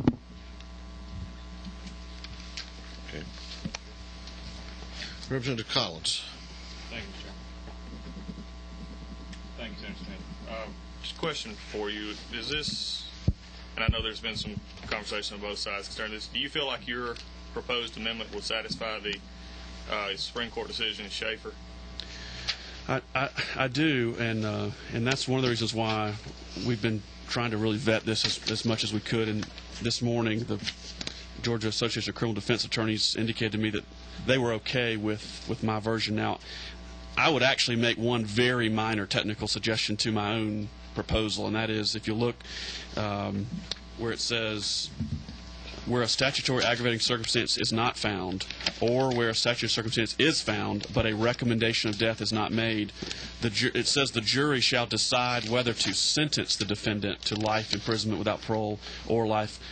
I think it's more appropriate and more parallel to say the jury shall decide whether to recommend a sentence. Now, the truth is, in the code elsewhere, the court is really required to impose in a capital case what the jury recommends, but throughout the code, even embedded in this code section, every place the jury makes what is referred to as a recommendation. So I would not, and the court sentences the defendant. So I would actually change whether to sentence. I would change that to whether to recommend a sentence. But other than that, I think that this version is cleaner and better. And frankly, one of the reasons why I don't like the specific drafting of the other version is that it codifies some of the existing case law with the jury charge, which I think is better to leave in the province of the courts because it evolves over time. And I think we don't often give specific codification to jury charges except requiring certain things to be included, but as far as the text of it, that's normally not in the statute, and that's really what they've done with this amendment is codify some of that. I'm not sure that they really in the long term want that either. I think because that can change. I think probably it's better to leave that within the province of the appellate decisions and accept as specifically defined in the statute. And so I like the simpler version better, and they seem okay with it. Mr. Chair, Paul. Sure. And that's the curious thing, because looking through Schaefer and then the one that based on Simmons, those cases seem to make sure that the jury needed to know. I think what you're trying to do here seems to make sure the jury knows what they're doing. Right. And to be honest, both opinions, one was a plurality and one was a mismatch. So it's looking at the other case I have. As you well know, there's another bill that has passed out of the House dealing with death penalty. And just to confirm here, yours in no way. Yours totally separate. It is totally separate, and in fact, and I've discussed this with some of the folks on that, but we have not had a hearing on that other death penalty bill. If both bills pass, we will probably, when they go into conference, have to look at how they overlay each other. If one or the other passes, it probably doesn't matter. But if both of them pass, since they touch the same subject, we may have to, in conference, make sure the language marries properly. But you are correct. There is absolutely no link between the two bills. Mr. Chairman, thank you. Chairman Knox. Senator Smith, if you would tell me again where you are proposing to make a change in your change to the bill. If you look on I'm sorry that it's not numbered and lined properly, but on the Section 5, page 1 of the proposal, right in the middle of the underlined ad there, on the line that says, not made, comma, the jury shall decide whether to sentence the defendant, I would probably say the jury shall decide whether to recommend a sentence of life without imprisonment or something like that. I would change it from them sentencing the defendant to them recommending a sentence of the defendant. And there's a couple of ways you could do that. But I just have always felt like the sentencing is the role of the court and the jury's role is to make a recommendation, even if the recommendation is binding. Okay, so it would read something like the jury shall decide whether to recommend a sentence of the defendant, a sentence of the defendant to life imprisonment without parole. Is that too awkward? You could say recommend that the court sentence the defendant to life imprisonment. You could say recommend a sentence for the defendant of. It's sort of up to the committee. And perhaps Jill is the one we need to be asking instead of me. Well, and frankly, I don't think you have to make the change. I just think it's would be an appropriate change. And what say you? Can I ask leg counsel what language they would propose to satisfy that on this? You can ask, but I never make her answer unless she wants to. I'll force her. It's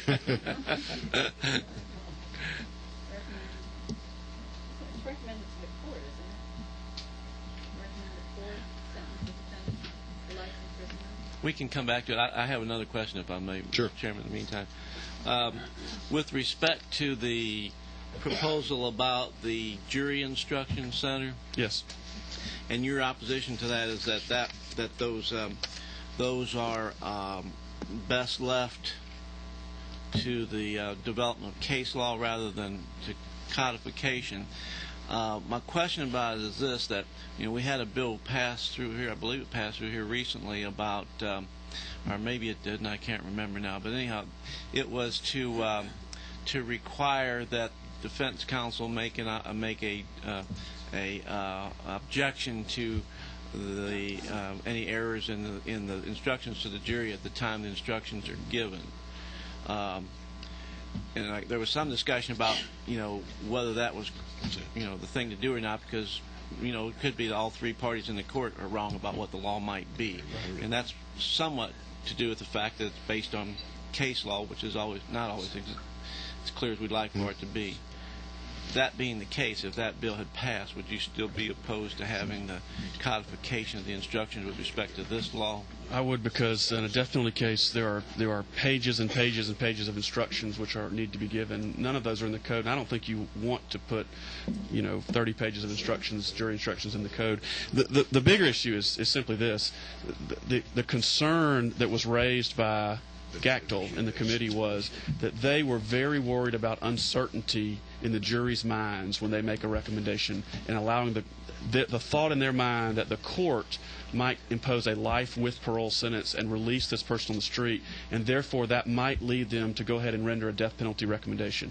And I understood that concern, and I felt like that could be addressed, and this addresses it. And so I think that's probably this is a simple and direct addressing of those concerns, and this removes any doubt whatsoever from the jury. And so I think if there is something else that they want to do, I guess I'd like to hear that concern of why you would need the rest of this, because that concern was raised. I thought it was a fair concern. I think this addresses it. They're okay with it, and so I feel like it's a good fix. If there's something else going on, then there's something that's not being argued, and that I'd like to hear. All right. Thank you. Thank you, Mr. Chairman. Representative Bearden. Just a quick question. On this proposed amendment passed out, the first part, section 5, on your bill at the start on line 6, it had to be striking after the word death.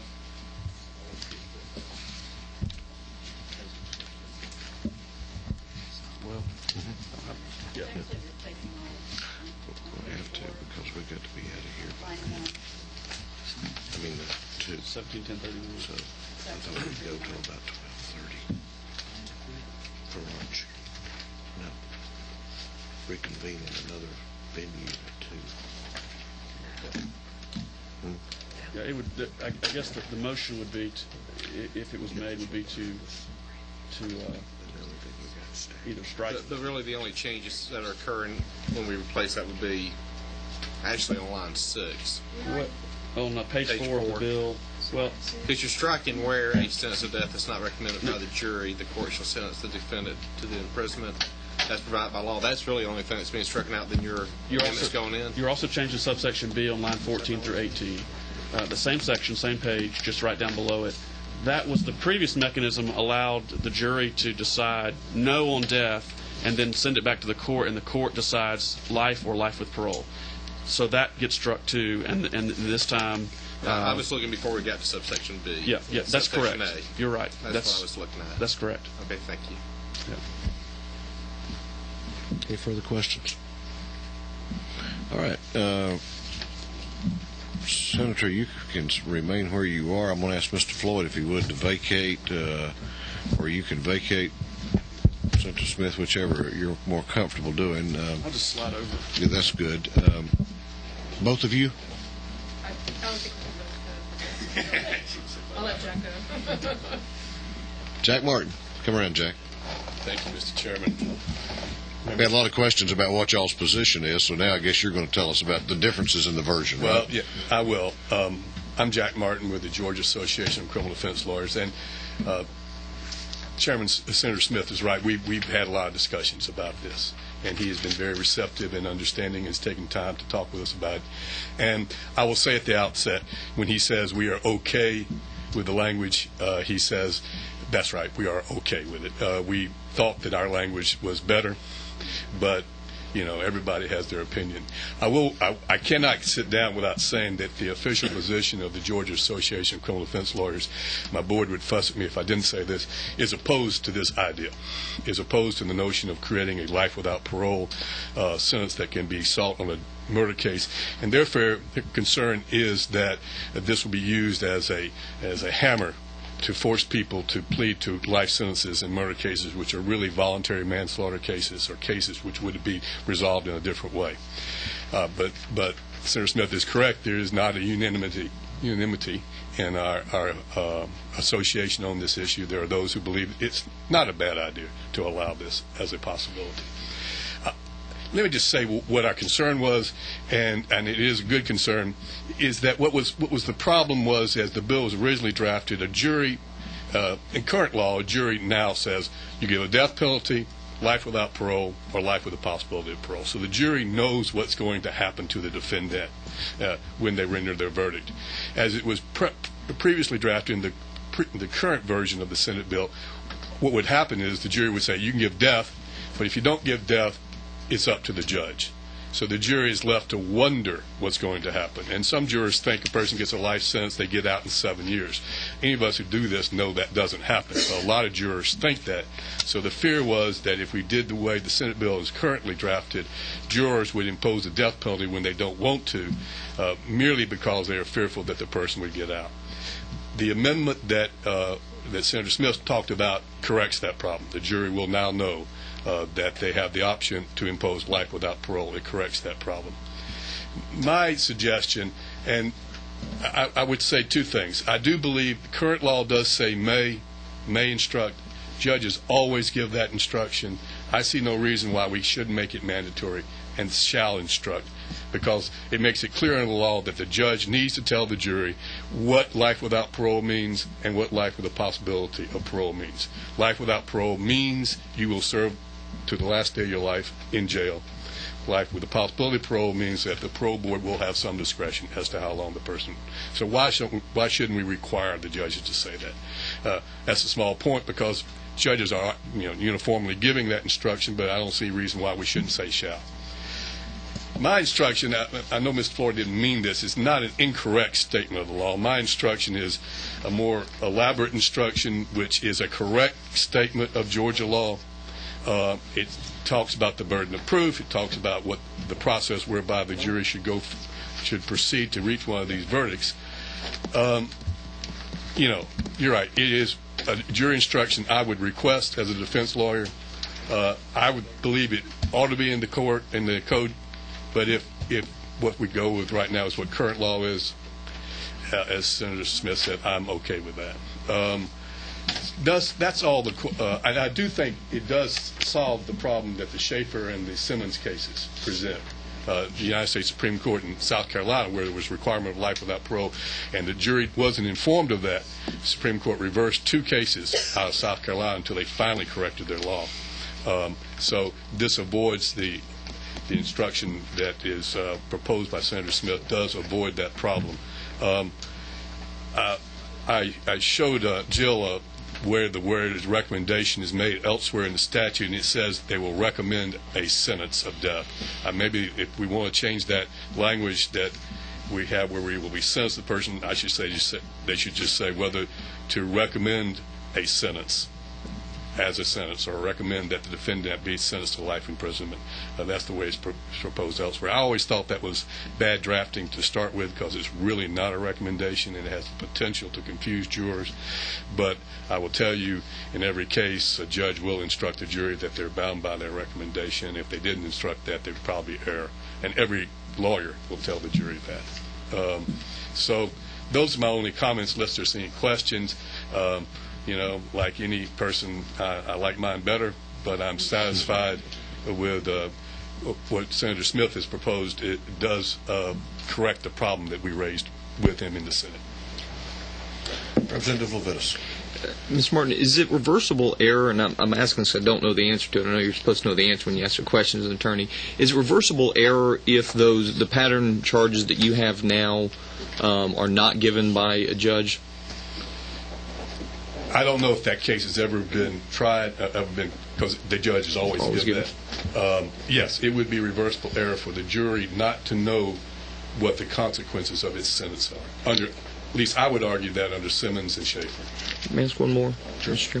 My other question is, I guess my only concern with that, and since you're both okay with each other's language, obviously it's just whatever the members prefer.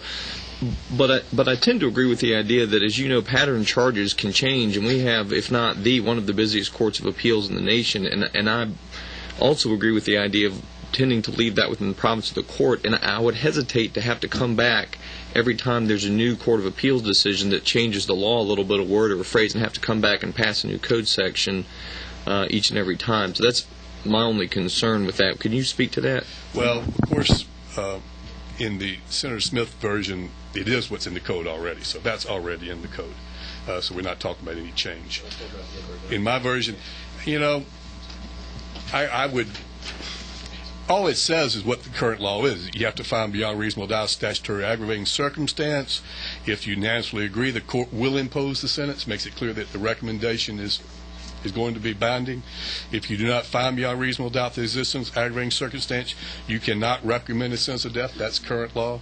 But you should then consider whether to recommend a sentence of life imprisonment. See, I want to make it clear to the jury that what happens if you don't find aggravating circumstance, you can still impose a sentence of life without. And then, if you unanimously find beyond reasonable doubt the existence of the one aggravating circumstance, you may recommend the sentence being life imprisonment without parole or life without the possibility of parole. Then it uses the precise definition that are in Senator Smith's. I'm sorry to interrupt, Mr. Martin. My question really is, I absolutely believe that's a current state of the law. Right. My only question is, can you address the concern about having to go back and fix the law every time a new Court of Appeals decision comes out that may change the wording or phrasing? I'm just wondering if we leave it as may, we don't run into that situation. My only concern is having to amend the law every time a new Court of Appeals decision comes out, whereas right now we can do that by case law. I understand. I just cannot imagine the Supreme Court ever changing any of this law, quite frankly. I mean, but I mean, I concede the point that I was trying to draft what I thought is the best instruction here, and courts will probably do this anyway. Further questions, Mr. Martin? Further questions, Mr. Martin? Thank you, Jack. Thank you. Any further questions, comments? Questions? Yeah, I'm sorry, Chairman Knowles. Just as a response, I think Mr. Martin raised the issue about typically the opinion of the public is that if you get out after 7 years, you get a sentence of life with possibility of parole. I just made an inquiry to the Department of Corrections with respect to that issue. Their statement is there's currently there's 4,421 inmates serving life where at least one of their offenses is murder. Even with the possibility of parole, the inmate must serve a minimum of 30 years before he has the opportunity to parole. That was passed last year. The murder statute. Right, after life. And it's currently parole guidelines 14 years currently. Is that correct, David? Motion. Yeah, but if you asked yours, and I've done this in voir dire, how long will this person be? And David can, I think you've seen this. Ask them that question. They'll say 7 years. And where that came from, it's an urban myth, but it's out there. Further questions or discussion? Recognize Representative Abrams for a motion. I'd like to move to amend SB 145 to adopt the amendment brought forth by Senator Smith with language change at the line that begins with not made. It would say not made, comma, the jury shall decide whether, and we would strike the remainder of that line and would simply say whether to recommend the court sentence the defendant to life. And so it would read whether to sentence, the jury shall decide whether to recommend the court sentence the defendant to life imprisonment. And I think that was your... And that corrects the language concerning Mr. Smith. Your suggestion, wasn't it, Senator Smith? Chairman. Hold on just a moment. Unless it's more parallel just to say to recommend a sentence of life imprisonment. The only change would be the court. I don't know if the court is needed, but I will certainly defer to the committee. I would second his suggestion. I think that would be better, too. Okay. And this came from Jill, so legislative counsel is comfortable. I will. Okay. You recommend a sentence. Okay. Now you're going to restate your motion. I am. Okay. Okay. To change the. Let me say it again to make sure I understand what. All right. Listen up, everyone. Okay. It's on page 1 of the proposed amendments. Of this. The line that says not made. It would say the jury shall decide whether to recommend a sentence. We're still lost. Yeah. Okay. If you look on this page. Okay. The word not made. We're paragraph A. Almost halfway down. About halfway down. All right. Are we all together? altogether on this side. Except Okay. I'm confused about where you want, I because where do think you would strike the word sentence the defendant to. I think you would insert in lieu thereof the phrase sentence of life imprisonment? recommend a sentence Of life, okay, great.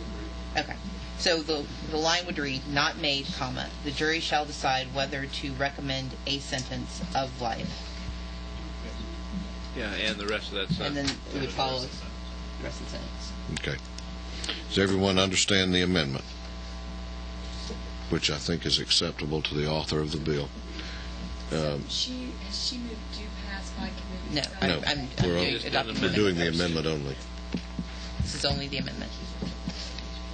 She's moving to amend Senate Bill 145. Okay.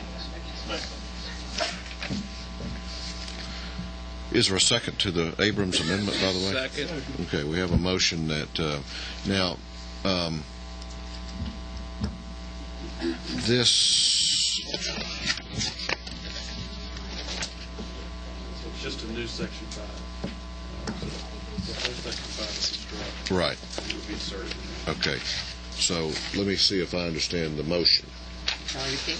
Would be to delete Section 5 in current Senate Bill 145. Correct. Substitute this language as amended. Correct. Okay, The entire section 5. right. Yep. Okay. All right, we have a motion to adopt the Abrams amendment. Does everyone understand what it does? All in favor of the Abrams, I'm sorry, is there any further discussion on the Abrams amendment? Is there any objection to the Abrams amendment? Okay, hearing none, it's adopted. Representative Bearden? Okay. Is there any further discussion or comments on the bill? I'm sorry, Representative Benfield? An amendment to the amendment. Okay. On the second page, I wish it had lines, it would be easier, but the may to a shall, and that is line 1, 2, 3, 4, 5, where it says the trial judge, I would like to change the may to a shall instruct the jury. And if I may be heard on my reasons for that. Chairman, I'd like to speak to that also. Sure. All right, let's we're on the second page of what is now new section 5. Will go in as new section 5. The fifth line down, may present argument and the trial judge under the Benfield amendment shall instruct the jury. First of all, is there a second to the Benfield? Okay, we have a motion to adopt the Benfield amendment as you have heard stated. I'll hear from the author of the amendment and then from the author of the bill. Okay. A lot of the reasoning for this has already been discussed during Mr. Martin's presentation, but my understanding is judges are already routinely giving these instructions, and from Representative Levitas' question, this is reversible error under the Simmons and the Schaefer decisions not to instruct the jury of the consequences of the sentence. My biggest concern, though, is that we have looming potentially this bill that would not allow appellate attorneys to bring errors made during the jury instructions unless they specifically object at the time that the instructions are given, which makes appellate law in these criminal defense cases much, much more difficult, because if there is an error in the sentence or in the jury instructions and there was not a specific objection, then appellate attorneys then have to bring it under ineffective assistance of counsel. And anyone who's done appellate law knows that you then have to go under the Strickland v. Washington standard, which is extremely hard. Maybe I'm just a poor appellate attorney, but I never won a Strickland v. Washington challenge based on a jury instruction. I've won 2 reversals on jury instructions, and thank goodness there were objections. But that's my real concern, is that if this legislation passes, a separate bill passes, it will make it so much harder to raise these objections if they were not properly brought at the time. And so this shall will make it easier on appeal if an error has been committed. And I'm just concerned about protecting rights here. Thank you. And if it don't pass? I still, if judges are routinely giving it, then great. But what's the harm? If they're routinely giving it, what's the harm in putting the shall? And I'm sure Chairman Smith will speak to that. All right. Thank you, Representative Benfield. Chairman Smith, do you want to be heard now on the Benfield amendment? Sure, thank you. And let me share with you the potential harm of doing that. We've been very, very careful not to make unnecessary tinkers with the death penalty statute. You are right in the middle of the death penalty statute right here. By changing the phrase may to shall, you have people that have been convicted, that will be convicted this year, will be convicted when this becomes effective, who will make the argument that the statute requires that the court shall do something, and there's always a hyper-technical argument made that each word, each phrase, each statement is made exactly as it was in the code, and if it wasn't, then it's reversible error. And I think that I certainly agree that it's routine for the courts to do this. I think the courts that didn't do this would probably be reversed on appeal. But I think when you go in there and you change the requirement for what the court should do, remember this is current law, and you change that to shall, you raise the potential harm, that was the question was asked, that you'll have a lot of appeals, new habeas cases, based upon the fact that a requirement has been added and it wasn't technically complied with in the statute. So I again believe that this belongs properly in the province of the court and the jury instructions that have evolved over the appellate decisions.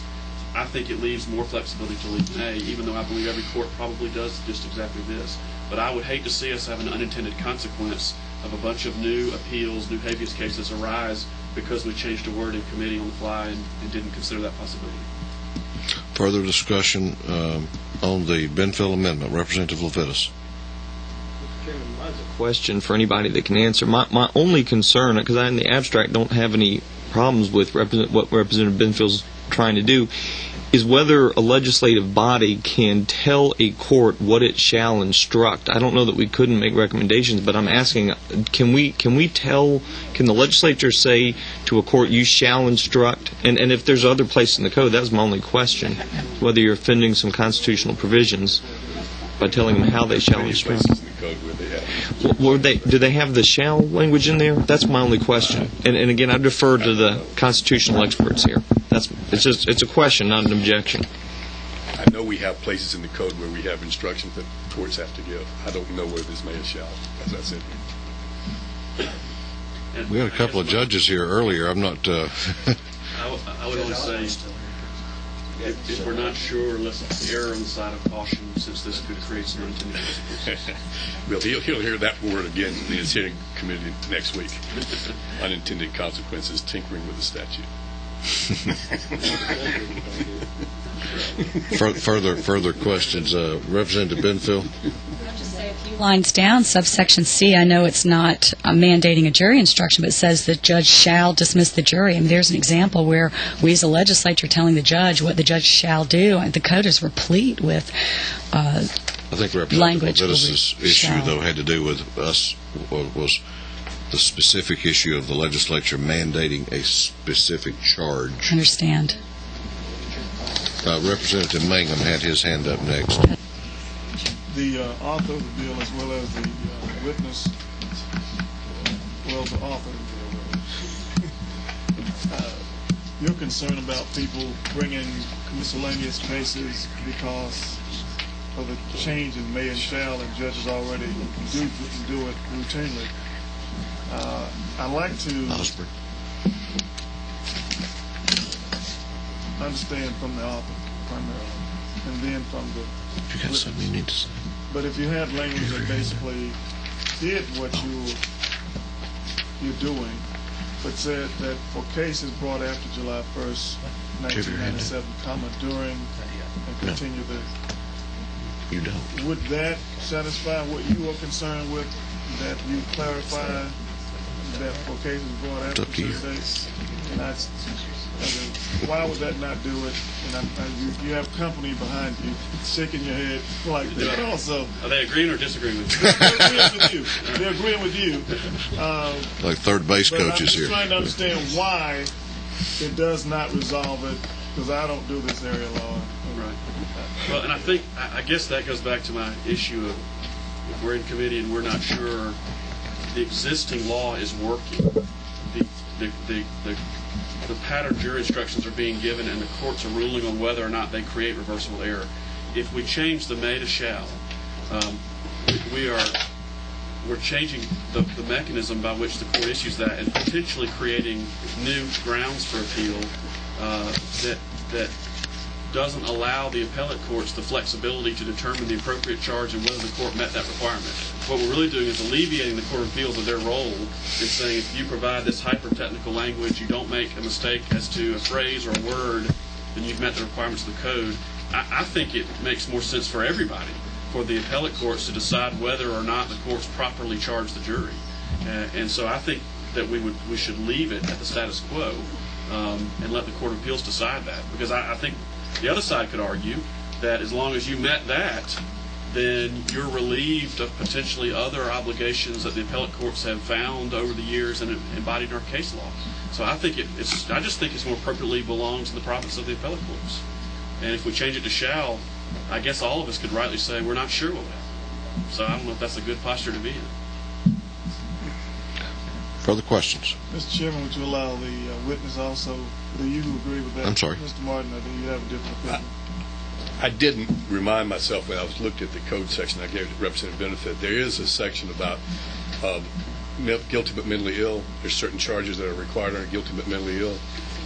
And the code does say, this is the only occasion I can, Representative Levis, I can tell you where it says shall. This is 17-7-131 C. 3, and there's 3 charges. In all cases in which the defense of insanity is interposed, the trial judge shall charge the jury in addition to other appropriate charges the following. So there's an occasion in the code, at least that I can think of in one occasion, where there is a mandatory instruction. It talks about the consequences of those 3 verdicts.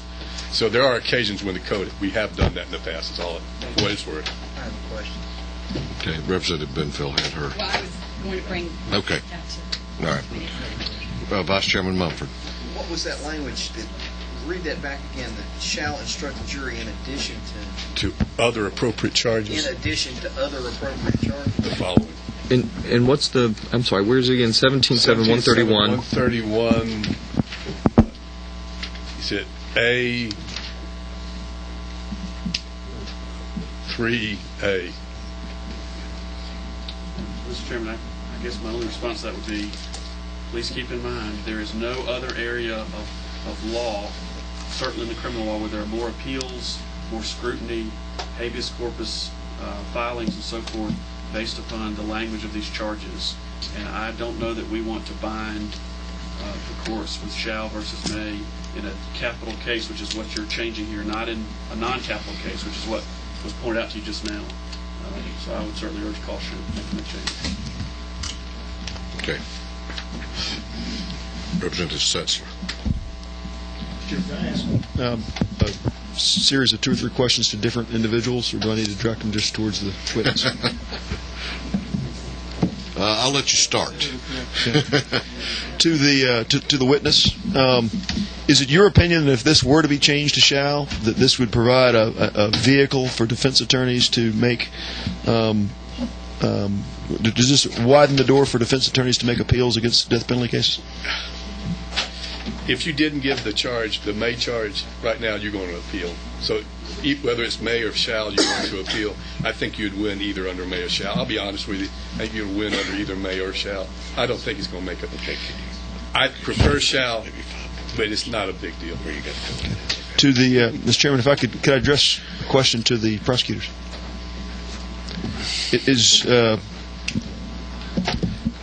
Does the prosecution community consider this to be a big deal in terms of offering a broad, more open door to make appeals against death penalty cases?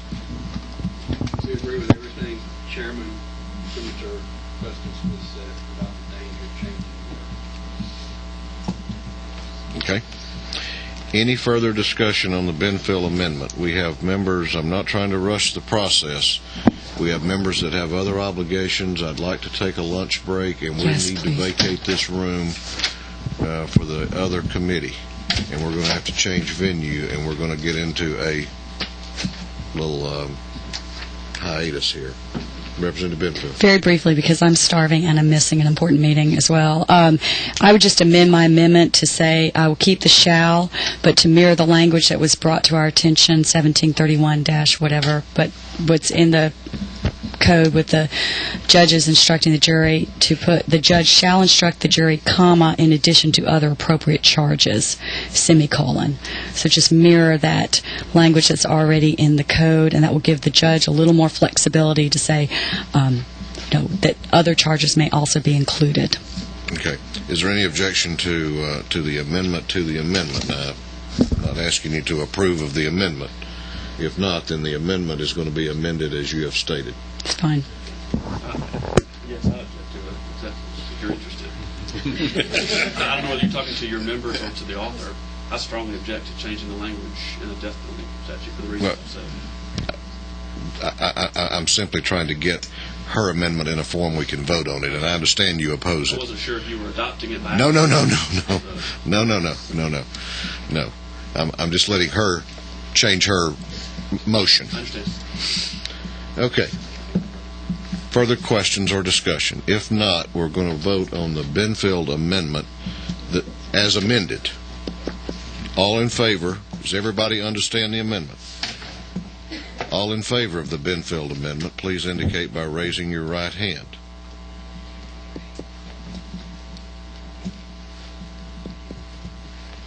All opposed?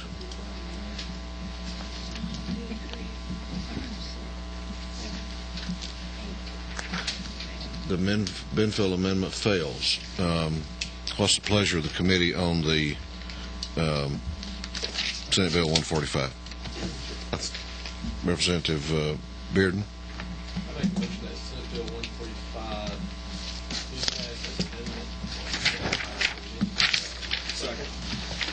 We have a motion that Senate Bill 145 be given a due pass recommendation by committee sub as amended. I think that's the posture we're in. Is it, Jill? Yes, sir. Okay. Is there discussion on the motion?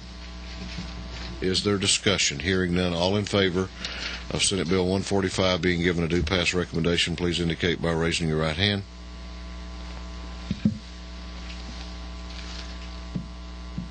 All opposed? Thank you, Chairman Smith. I will look forward to seeing you this afternoon. I hope I'm on time. Who's handling this bill? Who's handling this bill? Oh, Preston. Preston. Who's handling this for you? Yeah, I'll carry it. Yeah, that's fine.